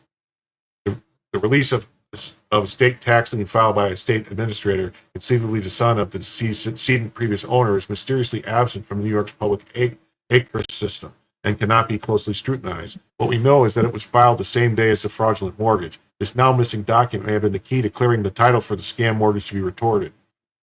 The 1999 oh shit moment. In 1999, Cadillac Funding came under fire in the press. Robert James, still alive at the time, and likely realizing investigators could trace the fraudulent mortgage back to him, could find his only solution requiring him to legally vanish by fabricating his own death. 4 months later, his bar member daughter, Tish, filed a sloppily executed pro se probate petition on his behalf without a death certificate, a violation of court rules, and indefensible for a licensed attorney. The filing appears to be an attempt to legally erase Robert before he could be subpoenaed or indicted in matters that ultimately sent probable co-conspirators to prison. The same name, different guy, or a predatory scumbag in a robe. The administrator of the estate that gave Letitia and Robert James the deed was Thomas M. Rose. Curiously, a federal judge by the same name later sentenced a woman in an unrelated fraud case involving government benefits. Is it the same man? Almost certainly not, but it's a remarkable coincidence worth noting, especially if you know how state law works. In New York, when someone dies without a will, the court will appoint an estate administrator. Usually that's a spouse or family member, but if no one steps forward or if the family is disorganized, distant, or non-existent, the court can appoint an outsider. That includes attorneys, creditors, or even opportunistic interlopers who petition the surrogate court under Section 1001 of the Surrogate Courts Procedure Act as eligible person. So picture an unethical bottom feeder with a weaponized law license scanning court filings for dead people who happen to have his last name. Why? Because if he inserts himself as an administrator of the estate, then signs real estate transfers and mortgage documents, it'll look completely ordinary and generally avoid further scrutiny. The paper trail preserved in official databases for decades becomes insulated from examination precisely because the names match and the documents look innocuous. That's what makes this coincidence so disturbing. If the Thomas M. Rose involved in the 83 deed is the same man who later became a federal judge, then this may not be a coincidence at all. It may be camouflage. That federal judge was appointed by George W. Bush, the same Bush family with deep entanglements in the S&L loan scandal and plenty of institutional memory when it comes to mortgage fraud. There is no evidence the judge has any connection to the 83 transaction, and Thomas M. Rose is not an uncommon name, so it remains far more likely this is just an eerie name match. More research is warranted to put the question fully to rest. But if the document was removed under the Daniel Anarol Judicial Security and Privacy Act, part of the law public, as the timing and nature of his disappearance suggests, and only a federal judge named Thomas M. Rose could have made that request. That makes this not just remarkable name coincidence, but a potential confirmation that the estate administrator and the federal judge are in fact the same person. Wow. Joel, Gilbert, Sam Antar, coward, chills, are just incompetent. Today, despite the mountain of public domain evidence I have uncovered, both Joel Gilbert and Sam Antar dismissed this investigation as tinfoil hat conspiracy theory. That tells you everything. These men market themselves as fraud hunters. Gilbert with his hokey self-aggrandizing documentaries, and Antar with tired tales of his own deceptions related to the New York defunct electronics change, Crazy Eddie. But how could they miss the sophisticated and obvious well-planned Tish James frauds when all this evidence was sitting in plain sight? These documents are public. The timeline is indisputable. Their lies are simplistic and blatant. So why didn't Joel or Sam find any information reported here? Maybe they couldn't find it, or perhaps they didn't want to. Sam signed a plea deal with the DOJ in 91. He's on a lifelong Felix Sater program, or he and his Bob Dylan wannabe douchebag pal just glorified attention hounds that only punch down. While they've been busy posturing and grifting, I was working other cases, suing the Allegheny County Medical Examiner, overturning the Chief Judge in DC District Court, but I'm still uncovering the smoking gun they missed or perhaps deliberately hit. If they even have an ounce of investigative integrity, they'd be issuing retraction and apologies right now, but they don't even have a valid death certificate, so I wouldn't hold my breath on that. This is the bigger than Gilbert's pop documentaries and deeper than Antar's vapid X tweets. This is the story they missed, or maybe they have helped to bury it from the outset. I don't know. Who's crowdsourced the truth? I'm back for round to deliver devastating haymaker, the heavyweight champion of fraud, New York Attorney General, Tish James. Crazy, right? The next story we got here is weaponization at the behest of teachers union. Merrick Garland weaponized the entire DOJ against parents to silence them.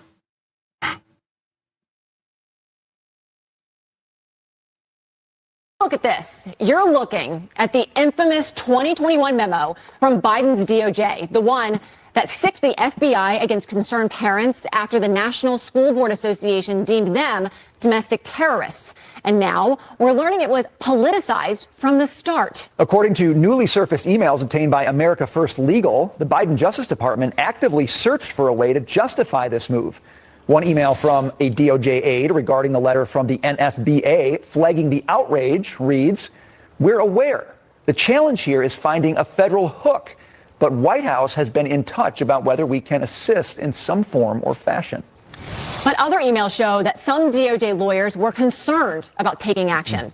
For more on all of this, let's bring in America First Legal President and former White House Deputy Counsel Jean Hamilton. Jean, so great to have you on this really important story. It's your group that uncovered these really important documents. And just to bring our viewers into some of the details here, some of the emails reflect, and I'm going to quote here, the DOJ lawyers were looking at what the teachers unions were raising, and they're saying almost all of the language being used is protected by the First Amendment. So the DOJ lawyers were telling the Biden administration, what's happening here, what's being communicated by the parents is protected speech. But then in the days following, we saw the then AG Garland telling the FBI, you're going to help local law enforcement with this disturbing spike in harassment, intimidation, and threats of violence. When you saw this, what did you think? Lydia and Brian, thank you for having me on. Look, my team at America First Legal, when we got these documents as the result of a lawsuit that we had filed against the Department of Justice, our heads practically exploded. I mean, they confirmed everything that we suspected and everything that we've been saying about this incident since it happened in 2021. But it was really outrageous to see definitive proof that this was happening at the direction of the White House, that there were concerns about this being protected First Amendment activity. And yet, Merrick Garland proceeded with sicking the entire Department of Justice, including the FBI, including the National Security Division, including the Criminal Division, against parents for exercising their fundamental rights to speak, petition the government for redress, and also to direct the upbringing of their children. This is one of the most egregious examples of weaponization of government that I have ever seen in the history of America. The people need to be held accountable. So, Gene, talk about that, because I know parents who spent a lot of time going to school board meetings during that time period, and even still today. And even if they weren't in, Loudoun County, they were just incensed by the way their government was treating them. So now that we're getting this information, what does that mean in terms of the legal repercussions for holding, as you say, these folks accountable? Look, there are a number of people who could have viable claims if they've been targeted by law enforcement, if they have been arrested by law enforcement, if they're investigated, anything of those sorts. It would be a fact-specific determination. But if you think about what happened here, and you think about the irony of this all, accountability doesn't just mean... Yeah, you guys remember back in 2020, or what was it, 2020, 2022, 21, 22, when they were doing all this stuff at the schools? Biden administration, 2022. Yeah, it was 2022 election, 2021, 2022, where they were arresting parents in the town halls. They arrested that dad whose daughter got raped in the bathroom by the trans student. Yeah, it's nuts. And but we're supposed to believe that this wasn't normal, that they weren't doing this stuff, Yeah, here it is right here. Joint attorney forwarded a memorandum addressing a spike in harassment, intimidation, and violent threats against school administrators. Yeah. The violent harassment and threats were them saying they don't want their kids to be, boys to be in the girls' bathroom.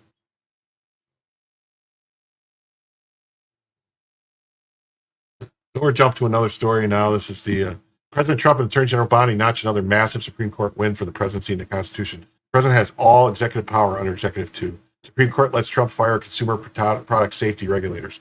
That's right. Virginia. Yeah, right. It was Virginia. Virginia school board. It was what got, what's his face? What's his name? The governor. Man, it's true. I can't think of his name. Turn off autocorrect in your settings. Okay. Nice to see you in the chat, Connie Gas. Most parents don't want gay theory taught in their schools. That's right, Pet Hacker. Get it out of there. Another win. Another welcome loss for the fugly fourth. Kagan just refused to grasp that there can be no such animal as an independent agency wielding executive power. The entire executive power belongs to the president alone. See law versus CFPB. She can beat the independent dead horse all she wants. But that nag is dead, cremated, and buried.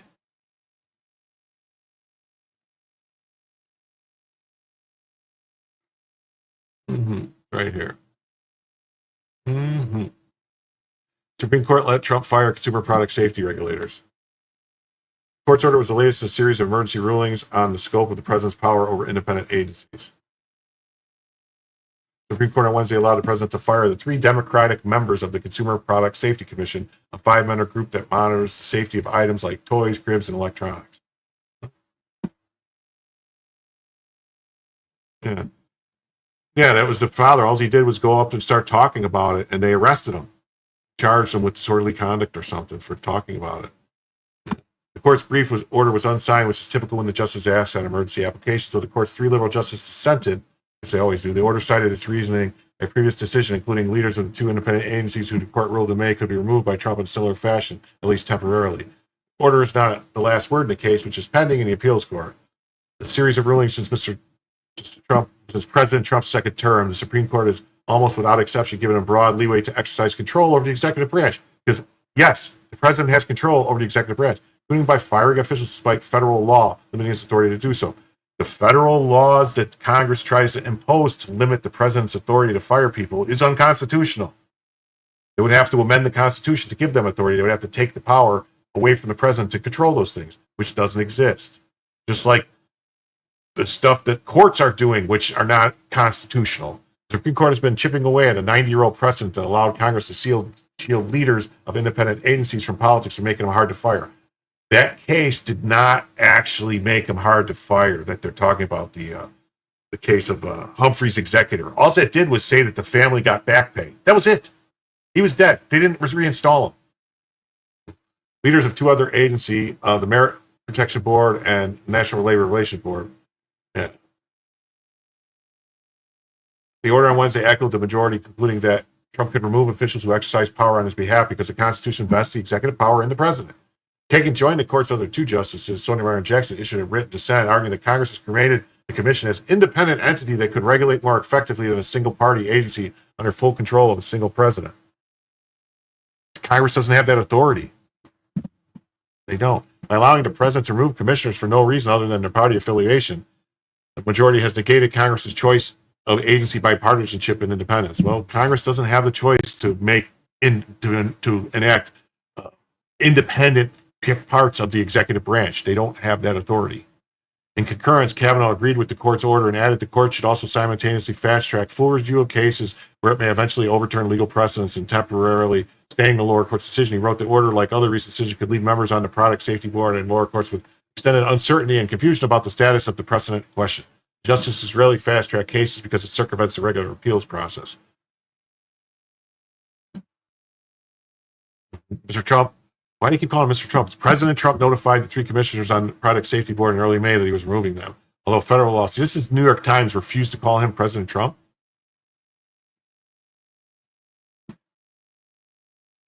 I can punch you guys in for today. What do you need? But, just tell you that, I don't think we got 20 minutes left to meet the goal. And what I'll do, just to say, if we get 10 more super chats, we don't have to get the full 30. We've gotten 5, and one of them was a 20. So if we get 10 more any size super chats, I will extend the show another 2 hours. So, yeah. A federal law allows him to be terminated only for neglect of duty or malfeasance. The president gave no reasons, so he doesn't have to give a reason. He said the congressional limits on his ability to remove leaders of independent agencies are unconstitutional. Well, there is no such thing as an independent agency. Unconstitutional check on the president's power to control the executive branch. Commissioners, Mary T. Boyle, Richard L. Trumka Jr. She'll pledge 10 super chats. Well, thank you, Miss. You must be a big fan of Amber Heard. So thank you for that. For Johnny Depp. The three officials were forbidden from entering their offices unescorted and from using the agency's computer system. They've been targeted for votes they had cast to stop the import of poorly made lithium-ion batteries and for objecting to staffing cuts. Oh, thank you. For the Kingdom of Denmark? Greetings from the Kingdom of Denmark. Denmark or Danmark? Are you coming from... Oh, wait. So are you a friend of Dan Blackright? So it's Kingdom of Denmark? Yeah. No one in the media calls him president, but God help you if you didn't call Obama or the potato president. He's doing a job. He definitely is. He's doing a job. He's doing the job that we wanted and what we voted him to do. Although I did vote for more deportations. About a month later, Judge Maddox of the Federal District Court in Maryland reinstated them and they resumed their work. He had no authority to reinstate them. Judge Maddox, who was appointed by Joe Biden, go figure, said the 1935 Supreme Court President Humphrey executors barred the firings. That's not what the case said and decided. Oh, wait, no, I thought, okay. Dan Blackright says he's a Republican one. I thought this guy was, because it says Denmark, south of Norge, west of Sweden, north of Germany. Oh, Kudentas.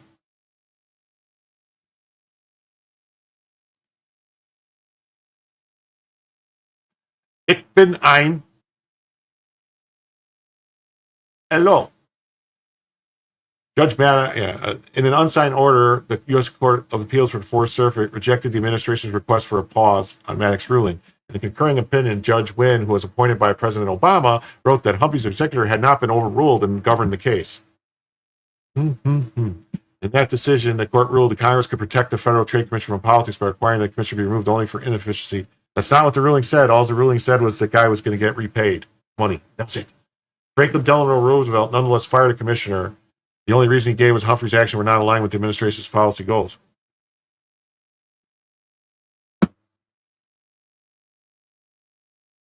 Yes, hi. Guten Tag. Mr. Humphrey died a few months later, and his estate sued to recover the pay he would have received during that time. The Supreme Court unanimously ruled that the Supreme Court ruled that he get his money back. Oh, so Denmark, Danish, Dansk is from let's do this. Is from Denmark, which is the old-fashioned, which is the Danish. See, I always wonder why it was Denmark and the Danish. Denmark is in German comes from, okay, which is the Anglo-Saxon name, and Denmark in English. Okay. Awesome, okay. Document. Okay. Thank you. Point. Okay. In the new cases, lawyers for the three commissioners argued that the structure and mandate of their agency closely resembled that of the Federal Trade Commission, making the recent firings unlawful. But they were wrong. The Supreme Court has been laying the groundwork for overturning Humphreys. Really doesn't need to be overturned, but I guess they need to because lower courts are reading it for what they want to read. It seemed they telegraphed the plans to do so in a case involving the Consumer Financial Protection Bureau. In our constitutional system, Chief Justice Roberts wrote, for the majority, the executive power belongs to the president, and that power generally includes the ability to supervise and remove agents who wield executive power in his stead. That's right. But the Chief Justice drew distinctions between agencies led by a single director and bodies with multiple members, like the Product Safety Agency. Still, several justices said they do not think the differences were meaningful. In the administration's emergency application, the case involving the Consumer Products Agency, John Sowers, Solicitor General, said the court's emergency order in May involving the two other officials squarely controls the case. If anything, this is even a stronger case. The commissioners were allowed to remain in their jobs, he noted. Democrats would constitute a majority in the agency and would be able to block Trump's agenda. In response, lawyers for the commissioners wrote that two federal appeals courts rejected similar challenges last year, and one of them, Don Willett, writing for the majority in a divided three-judge panel in U.S. for the Fifth Circuit, said the agency was a mirror image of the Federal Trade Commission, whose members of the Supreme Court protected in the 35 decision. Okay, that's not precedental, though. The meaning that Humphreys doesn't settle the question, Judge Willett was appointed by Trump. The only Supreme Court has the power to reconsider the New Deal era precedent, perhaps reaffirming it, overruling it, or denouncing it, the judge wrote. At least so far it has. Well, they're gonna, and they just keep striking it down. Okay, hey, Frederick, let me ask you a question. In a world ruled by giant beaver overlords, what delicacy is no longer eaten?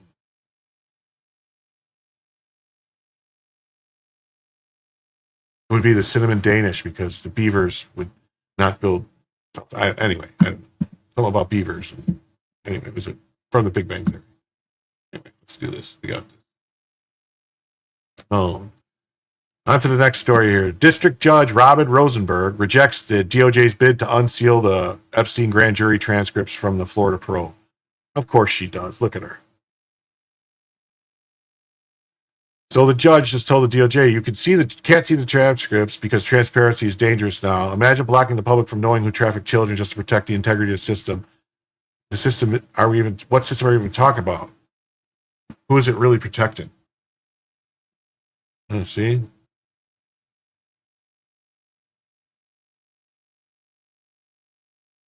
Yeah, the media covered up for this guy, Jimmy Savile. Mm-hmm. Mm-hmm.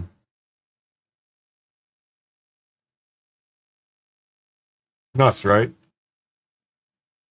Didn't the DOJ present the case? Wouldn't the DOJ should know these things already? The transcripts are their prosecutor's words, a bid for the DOJ to release the public. Yeah, they know what's in there, so.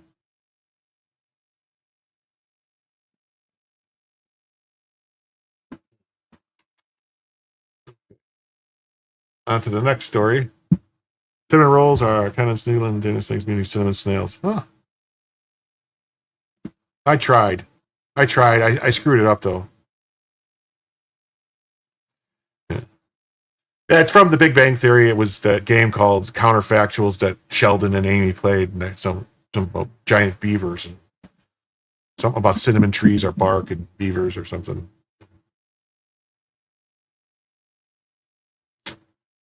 Kansas City taxpayer-funded grocery store turned out to be a huge success in teaching residents that socialism doesn't work. Shelves empty, food rotten, rampant theft. Yeah, so this is what the guy, Mondami, wants to do for New York. It's clear clear this Sunfresh at 31st and Prospect is struggling. This is the first section people see when they come in. There's barely any produce. A lot of the coolers and shelves around the store look the same way, empty. So shoppers have been asking us, if the store isn't closing, then where's all the food? A rotten smell comes through the door, and anywhere you turn, you'll see products that need to be restocked. No hot food or deli. I watch people walk in and walk out. The grocery store has received financial assistance from the city, but has been unable to keep those shelves stocked in an area that in the past has often been referred to as a food desert. Around here, a good thing don't last too long. And it will impact a lot of people and a lot of families. The city owns the Linwood Shopping Center. A nonprofit operates the grocery store. It's clear this Sunfresh at 31st. Wow. So it sounds like nonprofit grocery stores don't work. That's what it sounds like. Let's see what Doge AI has to say about the whole thing. This Kansas City poured $29 million into a failing grocery store while crime and neglect turned it into a taxpayer-funded disaster. Empty shelves, sewage stench, and $885,000 losses prove government can't run basic services, let alone solve complex urban issues. This isn't socialism, it's DC-style mismanagement throwing cash at symptoms while ignoring root causes like security failures and bureaucratic bloat. Yeah, Russia did prove that 80 years ago, and yeah, the guy in how well it's going to work in DC, New York City, yeah, it's not going to work well. Meanwhile, nearby Aldi thrives without city handouts. Lesson, let markets serve communities, not politicians chasing headlines with other people's money. Every dollar wasted here could have funded real solutions like hiring cops or axing regulations to attract private grocers. I mean, if the big grocery stores fail, get smaller grocery stores. Yeah, the federal government couldn't run a profitable whorehouse. Why does anyone think they can run a grocery store? It's true. These facts are true. You know, I mean, here's simple right here. Socialism, you line up for bread. Capitalism, bread lines up for you. See? Right? Isn't that great? Mm-hmm.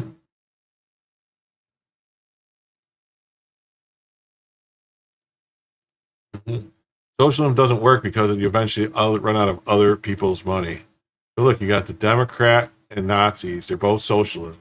You got no guns, censorship, media mind control. Wow, they're both saying abortion, great. Hate Jews and whites. Well, there you go. And worship the government. Wow, that's crazy. They have so many things in common, these two groups. Crazy, right? Crazy. And this is a feel-good story for everybody. U.S. Olympic Committee bans men from competing in women's sports. Great news. Great news. No? Right there, see? Bans men from competing in women's sports. Great news.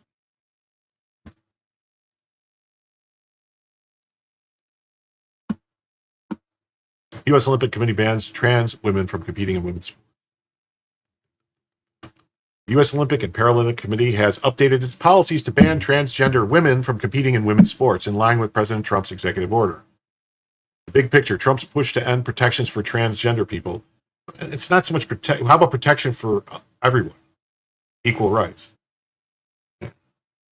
Yeah, I don't know if they're going to be able to get rid of them. I don't know what's going to happen. I mean, seems to be a four-way race going on in New York. You've got Adams, you've got Cuomo, you've got Mondami, and then you've got Sliwa. So you're going to see what happens if one of those other guys can't pick up enough votes. Because they did some weird thing with the ranked choice in the primary. But yeah. The banning of trans athletes from women's sports has left transgender and non-binary people across the U.S. navigating an upended sports landscape. Well, maybe they should just make a division just for them, just for trans. Mm-hmm.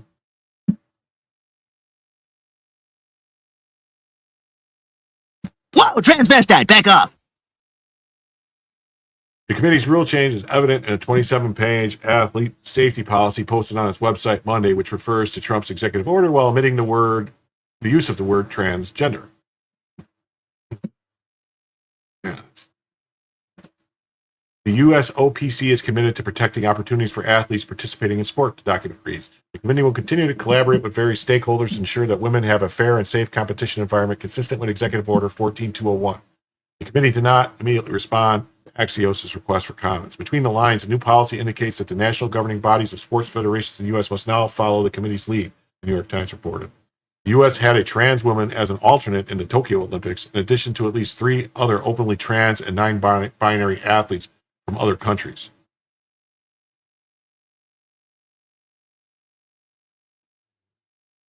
Trans swimmer Leah Thomas records revoked in the UPenn deal with Trump. Yep.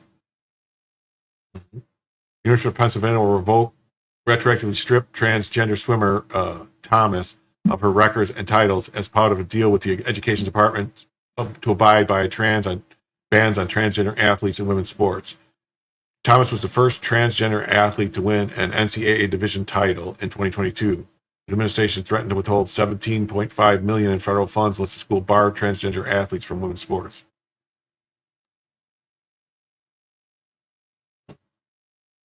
Supreme Court takes up challenges to trans in women's sports. Here were 2 cases over state laws barring transgender athletes from participating in women's sports this fall term, the court announced. Cases have the potential to enshrine that Title IX, which prohibits sex discrimination, does not mean transgender athletes compete in sports that align with gender expression. Yeah, the law says they can compete in the sports that align with their gender. And Title IX is the one that makes it so that women have fair. Yeah, they won't have a choice. They can't do it in our. They got to follow the laws in our country. So they're gonna, with the AOC,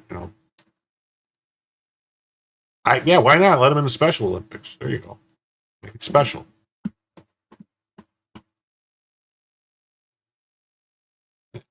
And this is the next story.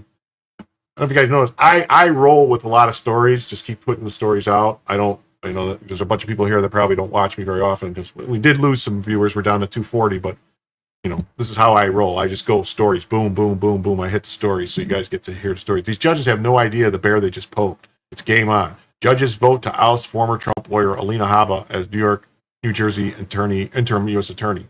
New Jersey's federal judges declined Tuesday to appoint Habba, President Trump's pick for the state federal prosecutor. There was some shenanigans that,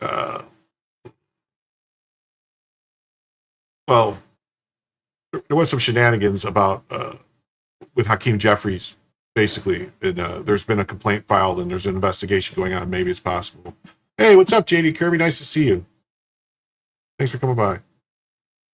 Okay, Joe. Well, thank you very much for being here. It's great. Thank you very much.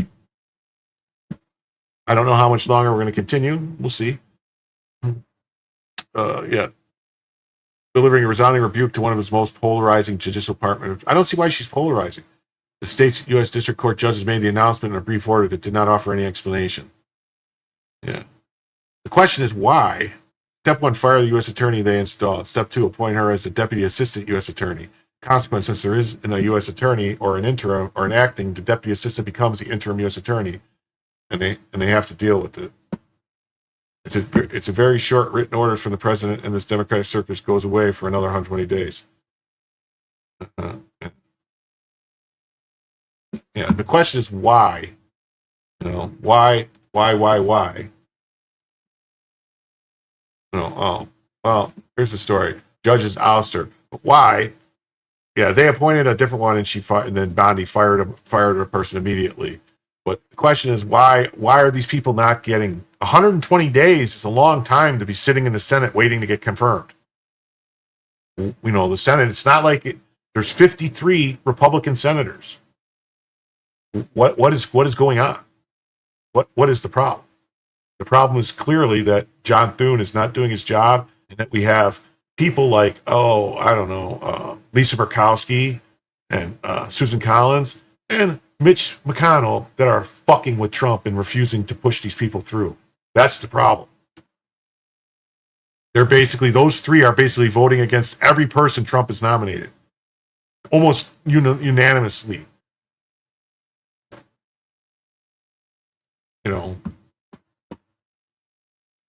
Rogue judges tried to override Trump's authority by firing U.S. Attorney Alina Habba and replacing her with a deputy. So the DOJ fired the deputy instead. This is what fighting the deep state looks like. Habba's been doing a great job. Accordingly, the first assistant United States attorney in New Jersey has just been removed. The Department of Justice will not tolerate rogue judges, especially when they threaten the president's core Article 2 powers. So this could also be that they're basically going to try and do an end run and say that, oh, no. The U.S. attorney is the president's person. And so this whole thing where Congress just put it into into the Judicial Act that says that, these people can do this, and if the person's not confirmed by this time, they get to pick the person. No, that's unconstitutional. Judges have zero power to pick who's in the executive branch. Doesn't work that way. The president does. Yeah. Alina Habba was appointed U.S. attorney, acting until she gets confirmed. She cracked down on crime and embarrassed corrupt Democrat elites. Yeah, they tried to get rid of her because she charged that Democrat congresswoman for attacking the ICE people for elbowing. Remember, it was on LaMonica MacGyver or whatever her name was? Yeah. Under a legal loophole, judges can vote to replace an acting U.S. attorney after a 120-day interim term. So they did, and replaced Habba with her deputy, Desiree Grace. But Trump's DOJ nuked the move, firing Grace on the spot. Yeah. AG Bonnie made it clear, we do not tolerate rogue judges, especially when they threaten the president's core Article 2 powers. This isn't just about Habba, it's about who controls the executive branch, voters or unelected judges. Why do the judges hate Habba? She arrested Newark's Democrat mayor for trespassing. She promised to make New Jersey safe again. She said on a podcast she wanted to turn New Jersey red. And worst of all, she was effective. Right. And she charged MacGyver with assaulting feds. Pure obstruction. Trump means for her to get confirmed. Senators Cory Booker and Andy Kim refused to give her a blue slip, the old Senate courtesy that can block confirmation. But the blue slip is a courtesy, not a law, and Trump isn't going to let Dems abuse norms. Trump isn't just replacing bureaucrats, he's tearing down the deep state piece by piece. Judges who want to run the DOJ now have a problem. Trump's back, and he's in charge. This isn't just New Jersey, it's a warning to the whole system. Article 2 means elected presidents control the executive branch, not rogue judges. And under Trump, the Constitution is back in vogue. Mm-hmm. This is a good question here. Finally, the Senate considers canceling the August recess to confirm Trump's nominees. Democrats are filibustering nominees. Trump says stay in town, get it done. Now Republican senators are considering canceling the August recess, but some are furious. Let's break it down. For several days, Trump has pushed the Senate on a true shoulder. Hopefully, talented John Thune will cancel the August recess and get my incredible nominees confirmed. We need them badly. That's leadership. No vacation until the job's done. Why is this happening? Democrats are filibustering every nominee, judges, ambassadors, agency heads. It's all stalled by design. Their goal is to run out the clock. Trump's goal, confirm them all. Yeah, the Republicans are allowing this to happen. There is no filibuster of appointments. So this is bullshit. I don't know what they're doing, but this is not supposed to happen. Republicans are finally saying enough. Senator Josh Hawley, if we're going to do one a day, sorry, we should stay. Senator Dilemmas, it's a difficult trade-off, but I'm willing to stay. Were others serious about governing or not? But not everyone agrees. Senator Lisa Murkowski pushed back. Oh my gosh, do you know where I live? And she said she needs a break. She's not going to vote for anyone anyway. Let her go. She's certainly happy to vote for Biden's nominees. Yeah, she voted for every one of Biden's nominees. Remember, this is how Democrats won under Obama. They canceled recess to confirm hundreds of judges. They changed the rules to ram nominees through. They never let the Senate vacation stand in their way. Now Republicans have the gavel. It's time to act like it. Trump's not asking for the moon. He wants his judges confirmed, ambassadors in place, and agencies functioning. Basic stuff, the kind of thing a Senate majority should do expeditiously. Otherwise, Biden's people keep running everything. It's been 6 months. 6 months. And this is ridiculous. This is the moment of truth for John Thune. Will the new Senate GOP leader side with Trump or cancel recess or cave to the DC tradition and let it slide? The clock is ticking and conservatives are watching. If you think the Senate should cancel its recess and confirm Trump's nominees, retweet this thread. Tag your senators, tag John Thune. It's time to stop playing nice, start playing to win. That's right. Because here's the thing. This is the problem. President Trump has over 260 nominees not yet confirmed by the Senate. They're sitting there. They haven't done any long weekends. There's no August recess. They need to get this done. Liberal judges in New Jersey are taking advantage, trying to kick out Alina Habba, who isn't confirmed yet. A dozen federal Trump federal nominees are also steep confirmation. Yeah. Only 94 people have been confirmed by the Senate in 6 months. Think about that. Break that down. 94 confirmed by the Senate in 6 months total.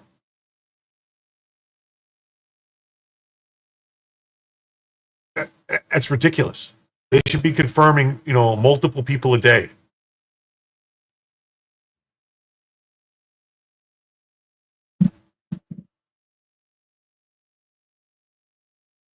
Get it done. Calls are ramping up for the Senate to cancel the August recess so Republicans can finally confirm judicial nominees. Every day that goes by is just one more activist liberal courts have unless Trump judge keep going. This is ridiculous.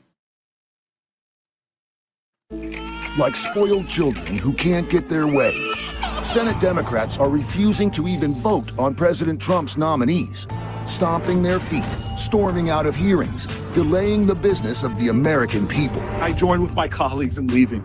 Senate Republicans must act now to fast-track President Trump's nominees. Tell Senator Thune, stop playing nice. Don't let Democrats derail his agenda. That's right. They need to get going with the stuff, man. They need to get it done. All right. Well, we've been going over 2 hours, and we didn't get the goal, so I'm going to call it a night. And I want to thank everybody for being here. Please hit the like and subscribe. Well, that's the thing is, they're not going to actually, the emergency recess appointments, Charles, they're not going to actually do recess. They're going to do the games where they'll keep one senator there. They'll say they're on recess, but they'll always have one guy there. So that way it's not technically recess, because they could do recess appointments, but they would have to actually recess both houses. So yeah, I'll see you guys all Thursday evening, tonight. And then Friday, if anyone wants to come back Friday, 10 o'clock Friday night, 10 o'clock Saturday night, 10 o'clock Sunday night, I have shows. Thursday night, I'll either be 10 o'clock or maybe later, depending on when Joe's going to stream. But I want to thank everybody. Good night. Please, later alligators, please hit the like button. Please hit subscribe. And I'm going to send you guys all over to visit someone else.